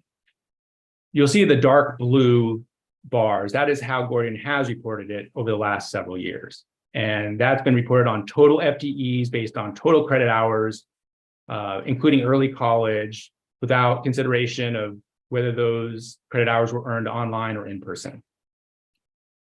Based on the modality trends that we identified as we were building our advisory note, we asked them to take a look at density if we removed early college and we removed online credit hours. What did that look like for the use of our facilities? And that's the light blue number there. And so, as you would imagine, especially if you've seen this big growth in online learning, a decrease in in-person, there's big changes in that density and the reduction. Now, I do want to say that, you know, this again is a very broad measure. And one of the drawbacks to density is it's really just an indicator that says we need to look more closely, because density treats all facilities the same. And when you get down at the nuts and bolts, the density or the amount of use you would expect of a academic classroom would be different than an academic laboratory versus a research laboratory. And so we don't get to that level of fidelity with this type of use. But this, again, is an area that just highlights, okay, we need to look a little bit more closely at how we're using our buildings. I think this is especially true as we look at our new strategic plan. It says that we're going to double our amount of online programs over the next 5 years. So we should see an increase in our online learning. At the same time, the strategic plan has asked us to reduce or look at our space, how we're using it, and how can we save energy by strategically managing those underutilized spaces. And so this is just the initial indicator where we're going to need to dig deeper in and have universities look at their actual utilization of by classroom, by lab, and so on and so forth to really get to the level of fidelity that allows them to make those decisions moving forward. Nate, in that regard, do we have information that can compare us to other universities in terms of density, particularly adjusted for taking out, if you will, online use? So unfortunately, we do not. There is some of that initial discussion that Gordian is having with other universities, but nobody has yet jumped and said, okay, we need to look at and breaking out and pulling out those online credit hours. So nobody has really done that. So we're kind of on the leading edge when it comes to that at this point. But I think over the next couple of years, I would suspect we're going to see kind of a better look at how that goes, more systemically across higher ed. Thanks. So the last thing we're looking at doing is just making sure that as we have our capital plan, we're considering a lot of different sources that are out there and we're capturing everything. I've already mentioned the strategic plan and some of the impacts as we move forward. But there's others. So we have FM Global, our insurer, who makes recommendations on changes in facility. And we get the same thing through FEMA as well. And so it's just making sure that we capture those recommendations, we build them into something like the 5-year capital plan. And so even if we don't have funding identified, we can put in TBD funding, but we've at least identified a need, and we can look at that more closely as we move through the fiscal years. All right, I certainly thank you for your time, and let me just open it up if anybody has any questions, comments, or concerns. Thank you. Questions from the committee members? So Nate, in your narrative report, which is on page 3 of page 41 of our materials, but page 3 of your report, you talk about working with Gordian to develop a portfolio view of our facilities, the group facilities by function, to better capture areas that require attention. I take it that's like the graph we were just talking about earlier, but is there further deeper dives into that data that's going to be coming? And if so, kind of what's the timeline for that? Do you have any idea? Absolutely. And so we have data then goes to look in each of those areas and looks at academic, kind of scatter graphs out all of our academic buildings, where they fit within kind of the NAV profile, and then highlights those buildings that fall below 50%. And so what we're kind of our next step is we want to take that data, or the slides and the data behind it, share it with universities, make sure that we've accurately categorized all the buildings. Now, this is all information that we previously provided to Gordian, but there's always a chance that some of the use of a building may have changed somewhere along the line. So we just want to make sure, number one, that's accurate. But number two, we will look at bringing that forward. And if not to the full brief, if you will, to the trustees, my hope is using that kind of rubric that we have right now, take the 5-year plan when we have that and break it up by portfolio to look at how much investment are we planning in each of those portfolio areas as kind of the next step. Thank you. Yeah, Trustee Flood. Thank you. Nate, I just wanted to say it's impressive that we're approaching those Gordian annual targets. It's nice to see those lines intersecting with the bar graphs. So I know those things took a lot of people talking and working hard to get to that point. So that's nice to see. That happened. And it looks like those numbers have started to really gel in the last 2 or 3 years. So congrats on that. Well, thank you. And I just, want to highlight, those investments we're showing there, or even these residence hall investments, it's going to take a while for us to see those on those NAV reports. The NAV is backward looking, a year back. So it's going to take a couple of years for us to see kind of the impact. But we should start, seeing that as we move forward and continue to be aggressive in how we support our existing facilities. Other questions, comments? I just want to double down on what Trustee Flood just said. That's a great accomplishment, and it's the first time, I think, since 2006 there's been that level of good news. So congratulations to everybody who worked on it. And the other thing I just wanted to comment on you and all of your team that put together this report. This is very, very valuable, the way this has been presented. Even I can understand this report, and it's just presented in a very helpful way that's going to guide the trustees in the decisions we have to make. So thank you for the care that went into it. Yeah, it's great. Thank you. Thank you. Any further questions or comments? If not, Nate, into you and your team, thank you very much. All right. Thank you. Have a great day, everyone. Thank you. I am sorry, I've lost my agenda here, and perhaps somebody can. Trustee Cates, I think the IT report is next. Why don't we move right on to the IT report? David Demers, good morning, sir. Very good. Good morning. Thank you. I will try to get through this as quickly as possible so we leave time at the end for Carolyn's brief report as well. I do have two updates to share with you. One is a follow-up on an item that we did bring to the FFT earlier this year to discuss our rollout of our managed print services upgrade. So this is a $2.6 million investment in updating our print copy fleet across the University of Maine system with the intent to actually drive efficiency and hopefully some cost savings as well.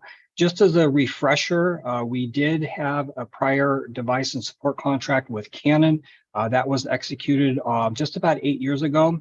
We had all of our print fleet becoming aged in terms of the number of devices that had reached the end of their serviceable lifetime, meaning it was getting hard to find parts for these devices. So we did do an RFP in 2022, wound up awarding a managed print services contract with Xerox. And the goal of this initiative was to make sure that we were putting devices out that would provide a consistent end user experience, be able to provide secure release of documents, and that means not just printing out a document from your computer and having it spit out from the device and then you going and picking it up. People do go up to the devices now and release the jobs at the device. So that makes sure that we aren't printing things and leaving them out for inappropriate retrieval. Environmental sustainability and overall efficiency and fiscal cost savings as well. So the rollout methodology here was to actually try to optimize the number of devices that we had out in the wild. So Xerox did come in, do a site assessment. They mapped every multifunction device that was on all of our campuses. And then they came forward with recommendations to each campus to say, how could we reduce the fleet and make sure that we are placing the devices in a location where it's going to optimize their use and accessibility for the folks in close proximity to those devices. At the end of the day, the campuses had the ultimate decision in terms of the number and the placement of the devices on each floor in each building. But this was their chance to really drive some cost savings by reducing the overall print fleet.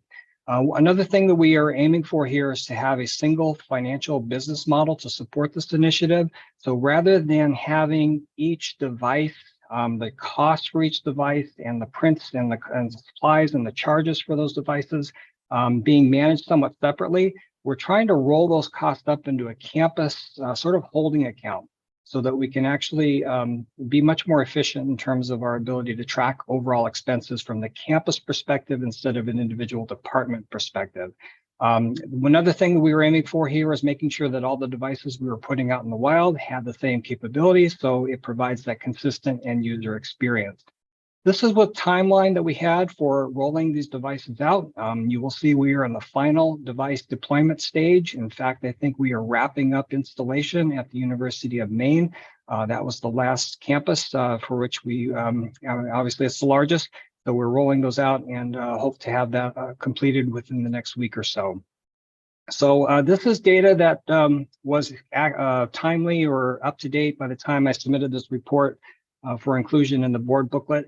At the end of May, we did have all of our campuses have the Xerox devices installed, except Orono as noted here.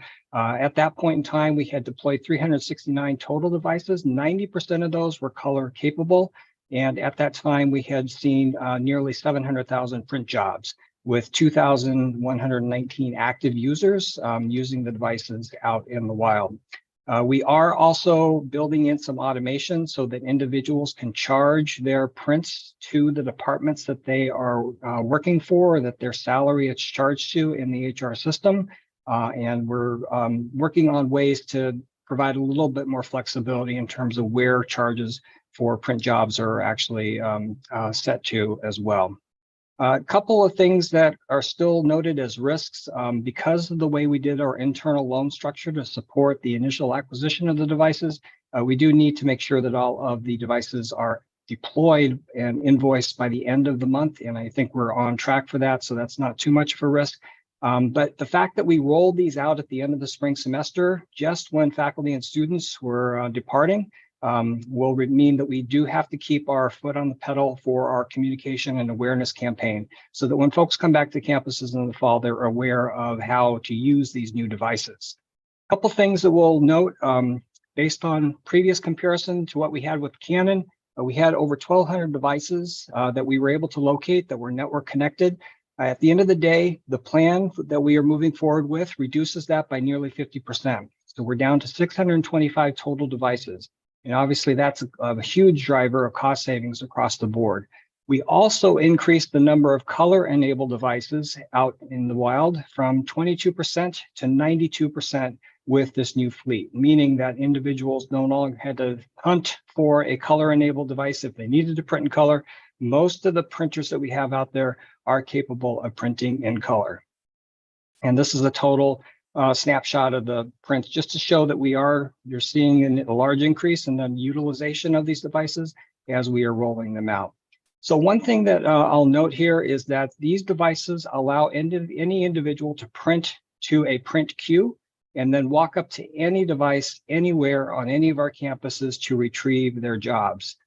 So that's a huge feature. It's called Follow Me Printing. So you no longer have to print to an individual printer and go to that printer to pick up your device or your printout. You can print to the queue and walk up to any device and retrieve your job instantly. So huge benefits there. So when this is completed, I'll be able to show you some more metrics in terms of the cost savings that were anticipated from this.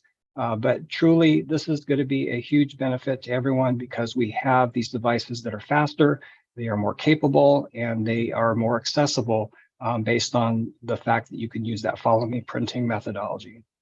So I'm going to move on to the next report, and we can come back to this if there are any questions on this one. The big one is repaving Main Street. There is one issue that I'm going to raise for awareness for this committee that may require future FFT action. But at this point, it's just an informational item. So this is the same slide that I'm going to use to introduce repaving Main Street. It highlights what we are aiming to do here through this project and what we are hoping to gain. You'll recall that we have broken this up into two different distinct projects. We have our cloud enablement strategy, which is moving our HR and our ERP finance environments into cloud enabled tools. And then the second one is re-implementing our student information system, leveraging out-of-the-box functionality and enhancements that we can build into the product to better serve our campuses, create more collaboration opportunities, and make sure that students have the most rewarding experience possible in this environment. In terms of the cloud enablement project, we did split this up into two phases. The first phase was rolling out our HR suite. This was largely driven by the fact that we have a recruiting system that was going to be no longer available to us at the end of this calendar year. So December was our go live target date for rolling out our full HR functionality in the cloud, followed closely by getting our ERP system up and running by July of 2024. In terms of our overall project status, I have been noting that we are behind schedule on the HR rollout. This is largely driven by some staffing resource constraints that we have both in the HR environment where they've had some attrition, and it's creating some pain points because the folks that need to be involved in the configuration and the rollout of these projects and these products and this configuration and design are the same folks that need to keep the day-to-day job of the HR environment up and running, including processing payroll. So we're trying to find a good balance there, as well as provide options for staff augmentation. One of the key things that we did recently is brought on board an HR functional coordinator who has deep experience with both the PeopleSoft environment as well as the Oracle Cloud environment. And he is helping the HR team out in terms of technical configurations and considerations and making sure that we are moving in the right direction. In terms of where we are with that process, we did do a series of self-guided reviews. That was started in early April. We're just now wrapping those up. These were opportunities for users to go in, or front office users were able to go in and actually utilize the environment, the cloud environment, see how we've configured it, make recommendations on adjustments that need to be made, and ensure that everything is shaping up as everyone expects. On the ERP side of the fence, We are in slightly behind that group. Again, we're targeting go live in July of 2024. We did kick off our initial review of that environment in early May.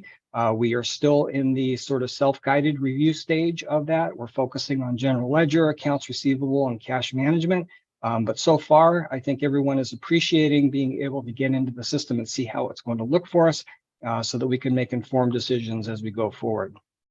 Couple key things I want to note for this committee's awareness. Part of the reason that we are also a little bit behind on the HR rollout is that we are still struggling to try to figure out how to have standardized, consistent processes, business processes, supporting our HR operations across all our campuses.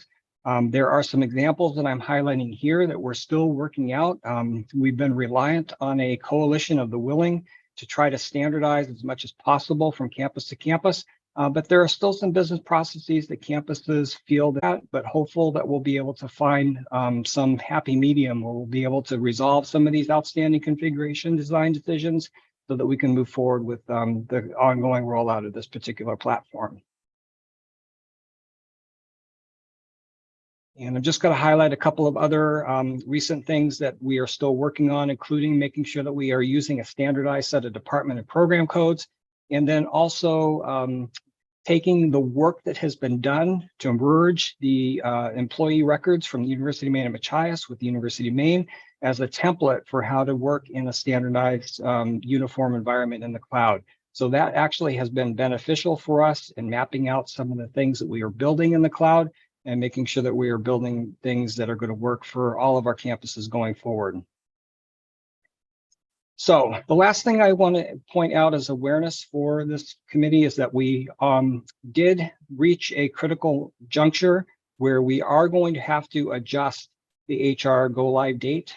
We have crossed over the threshold for data conversions and configuration decisions that would need to be in place in order for us to have hit our original target of December of 2023 for go live.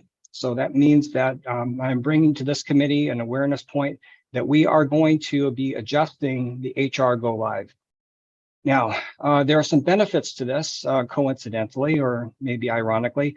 As I mentioned, one of the reasons why we went with a December to January go live for HR originally was because we were no longer going to have access to our recruiting platform starting in December. Well, we were able to negotiate with the vendor that supports that environment to allow us to extend our access to use that tool through July of 2024. Most organizations that go through this type of conversion that we're looking at do their ERP and their HR environments at the same time. The reason for that is because then you don't have to try to synchronize your payroll with your budget in two different platforms. You can do it in the same platform. So if we didn't have the need to look at our recruitment system going end of life in December, we probably would have wound up with this timeline, but that was not an option for us according to the vendor, but we've been able to convince them otherwise. So we're grateful for that. So we will be requesting a change to move our HR go live date to July 1st, 2024 to coincide with our anticipated go live on the ERP system on the same date. There will be a budget impact to this. Our implementation partner has provided us an initial estimate of what it might cost to extend their services to help us get to that milestone. Right now, it's about $975,000. We are still assessing where there might be some room in the overall $16.8 million budget to absorb some of that impact, maybe reducing some staff augmentation in one area or another and shuffle some projects and some support costs around. So it's not clear to me yet just how much more we might need to come and ask for approval for the FFT committee. But we are making those assessment and reviewing the budget. Once that is locked in, we will be coming back to this group to inform you all and get your approval for any overages that we might be looking at on the overall project budget. But it's not clear right now that we are going to be over by $975,000. It will likely be in the $400,000 to $450,000, I'm guessing. But we will again come back to this group to discuss further. So with that, I do want to move over to the campus solutions reimplementation. This one is status quo. We are reporting that we are still on track. I did report to this group last time that we are conducting a series of business process assessment sessions with our functional offices on the student information side. That is going very well. I've had a chance to sit in on a number of those sessions. And just for your awareness, this is a slide I used last time. These are the areas that we are looking at doing a deep dive in terms of current processes, opportunities to leverage embedded functionality within the system, and remove and eliminate some of the customizations that we have in place today. These have been very interactive. They've been very productive, and I think we will wind up with a solid reimplementation plan for not only the current state, but also the future state campus solutions environment to support the goals of unified accreditation going forward. And with that, that's as quickly as I can get through that report, and I'm happy to entertain any questions on managed print or the repaving Main Street project. Thanks very much, David. Questions? I have one, if I could. It's in our materials, it's page 64. I think it's page 13 of your presentation. You are talking about HCM key critical open business decisions. And I thought I heard you saying that you're being slowed down a little bit because not all the campuses agree on the right way to set this up. But what, I don't want to get into who's complaining about what, but why wouldn't that be, or why shouldn't that be uniform across all campuses? Does it make a difference if it's a big campus or a little campus? Why should there be any holdup on that? Well, is the question why should we entertain differences in configurations, or what is the driving force behind some of the expressed need to have unique functionality? I guess both. It just seems to me as someone who knows nothing about this area that this is one place where uniformity makes sense, but maybe there are reasons why it doesn't. Yeah, absolutely. And this is it comes down to change management, to be honest with you, Trustee Cates. And these are folks that have been using a system that they have grown very accustomed to for 20 years. And trying to impart functional change through this business process redesign is a little bit of a struggle. And as I said, we've tried to be patient with these groups, but we are getting to the point where some of these delays in trying to convince folks on standardizing business processes are causing us to slip on our timelines just a little bit.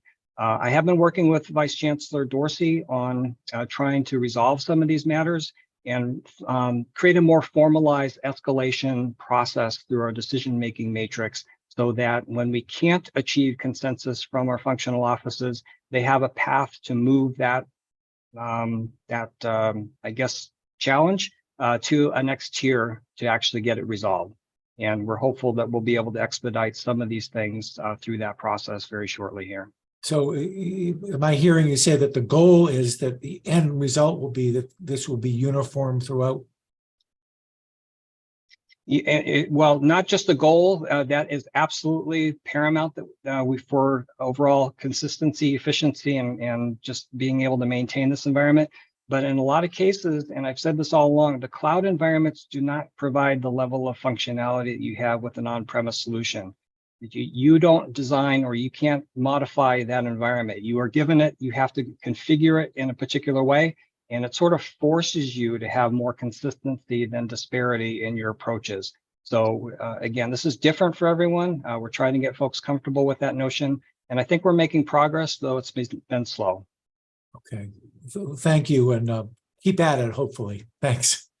Trustee McMahon. One of the issues raised in the single audit, which is the audit of federal funds, and obviously audits are always a year behind, was the handling of student financial aid by campuses. And if we have turnover in a campus, then we miss, and I can't quote everything, 15 days to report something, 10 days to do something, time to give money back, etc. Are we comfortable that everything we're putting in here is going to help us avoid those audit issues in future? That's a great question and very pertinent. And I commend President Farini Mundy's team because they have been on the forefront of being able to help provide some continuity for campuses that have had some turnover in their financial aid space. What we are aiming for through the Campus Solutions reimplementation is having business processes that, again, are going to be as standardized as possible so that when a particular campus is down a number of staff, we have people that can jump in because they're familiar with the process and don't have to learn how this campus does it in a unique way from the way that they do it on their campus. So that's the spirit of what we are trying to build and design here. And it will absolutely help address the timeliness of those refund processes that you're referring to so that we don't get those on findings in future audit reports. Thank you. Other questions for David Demers? Seeing none, David, thank you as always for a very succinct report. We appreciate it. And last but certainly not least, Carolyn McDonough, our usual capital project status report and 2018 bond projects update. Thank you, Chair Cates, and good morning, everyone. Thanks for sticking around for my last couple of minutes here. And before I bring up just a couple of points on the status report, I wanted to loop back to Nate's presentation on the capital plan, and I wanted to also thank him and all of the campuses for all the hard work that they did on putting that together. And I agree that think that we've got a great plan format working that we're working on, and that it's improving our ability to provide you information that's helpful in your decision making. And along those lines, I think we've had a great meeting today too, and excellent conversation and comments, and made some great progress here. The one thing I did want to point out on that capital plan and the Gordian slide, where we're finally touching the lower line on that graph, and how exciting that is.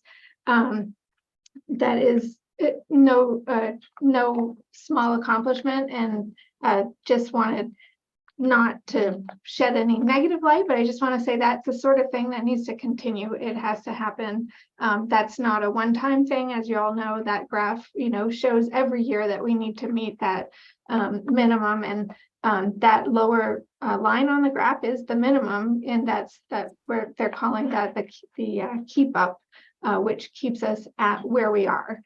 So anything we can get above that line, anywhere we go beyond that is where we start getting improvements to our facilities rather than just keeping them as status quo. So that said, the capital status project report is, as you've seen in the materials, we've got 36 projects right now that we're reporting on over $500,000 in there, but the total of those 36 projects is as approved right now around $400 million, and we've spent a little over half of that to date.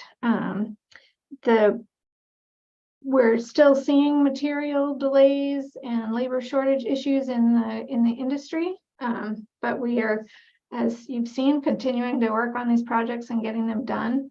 Along with the bond project status report, we're seeing we're nearing the end of our $49 million expend there. We've got about $5 million remaining to be spent, and we'll be finishing those up this year.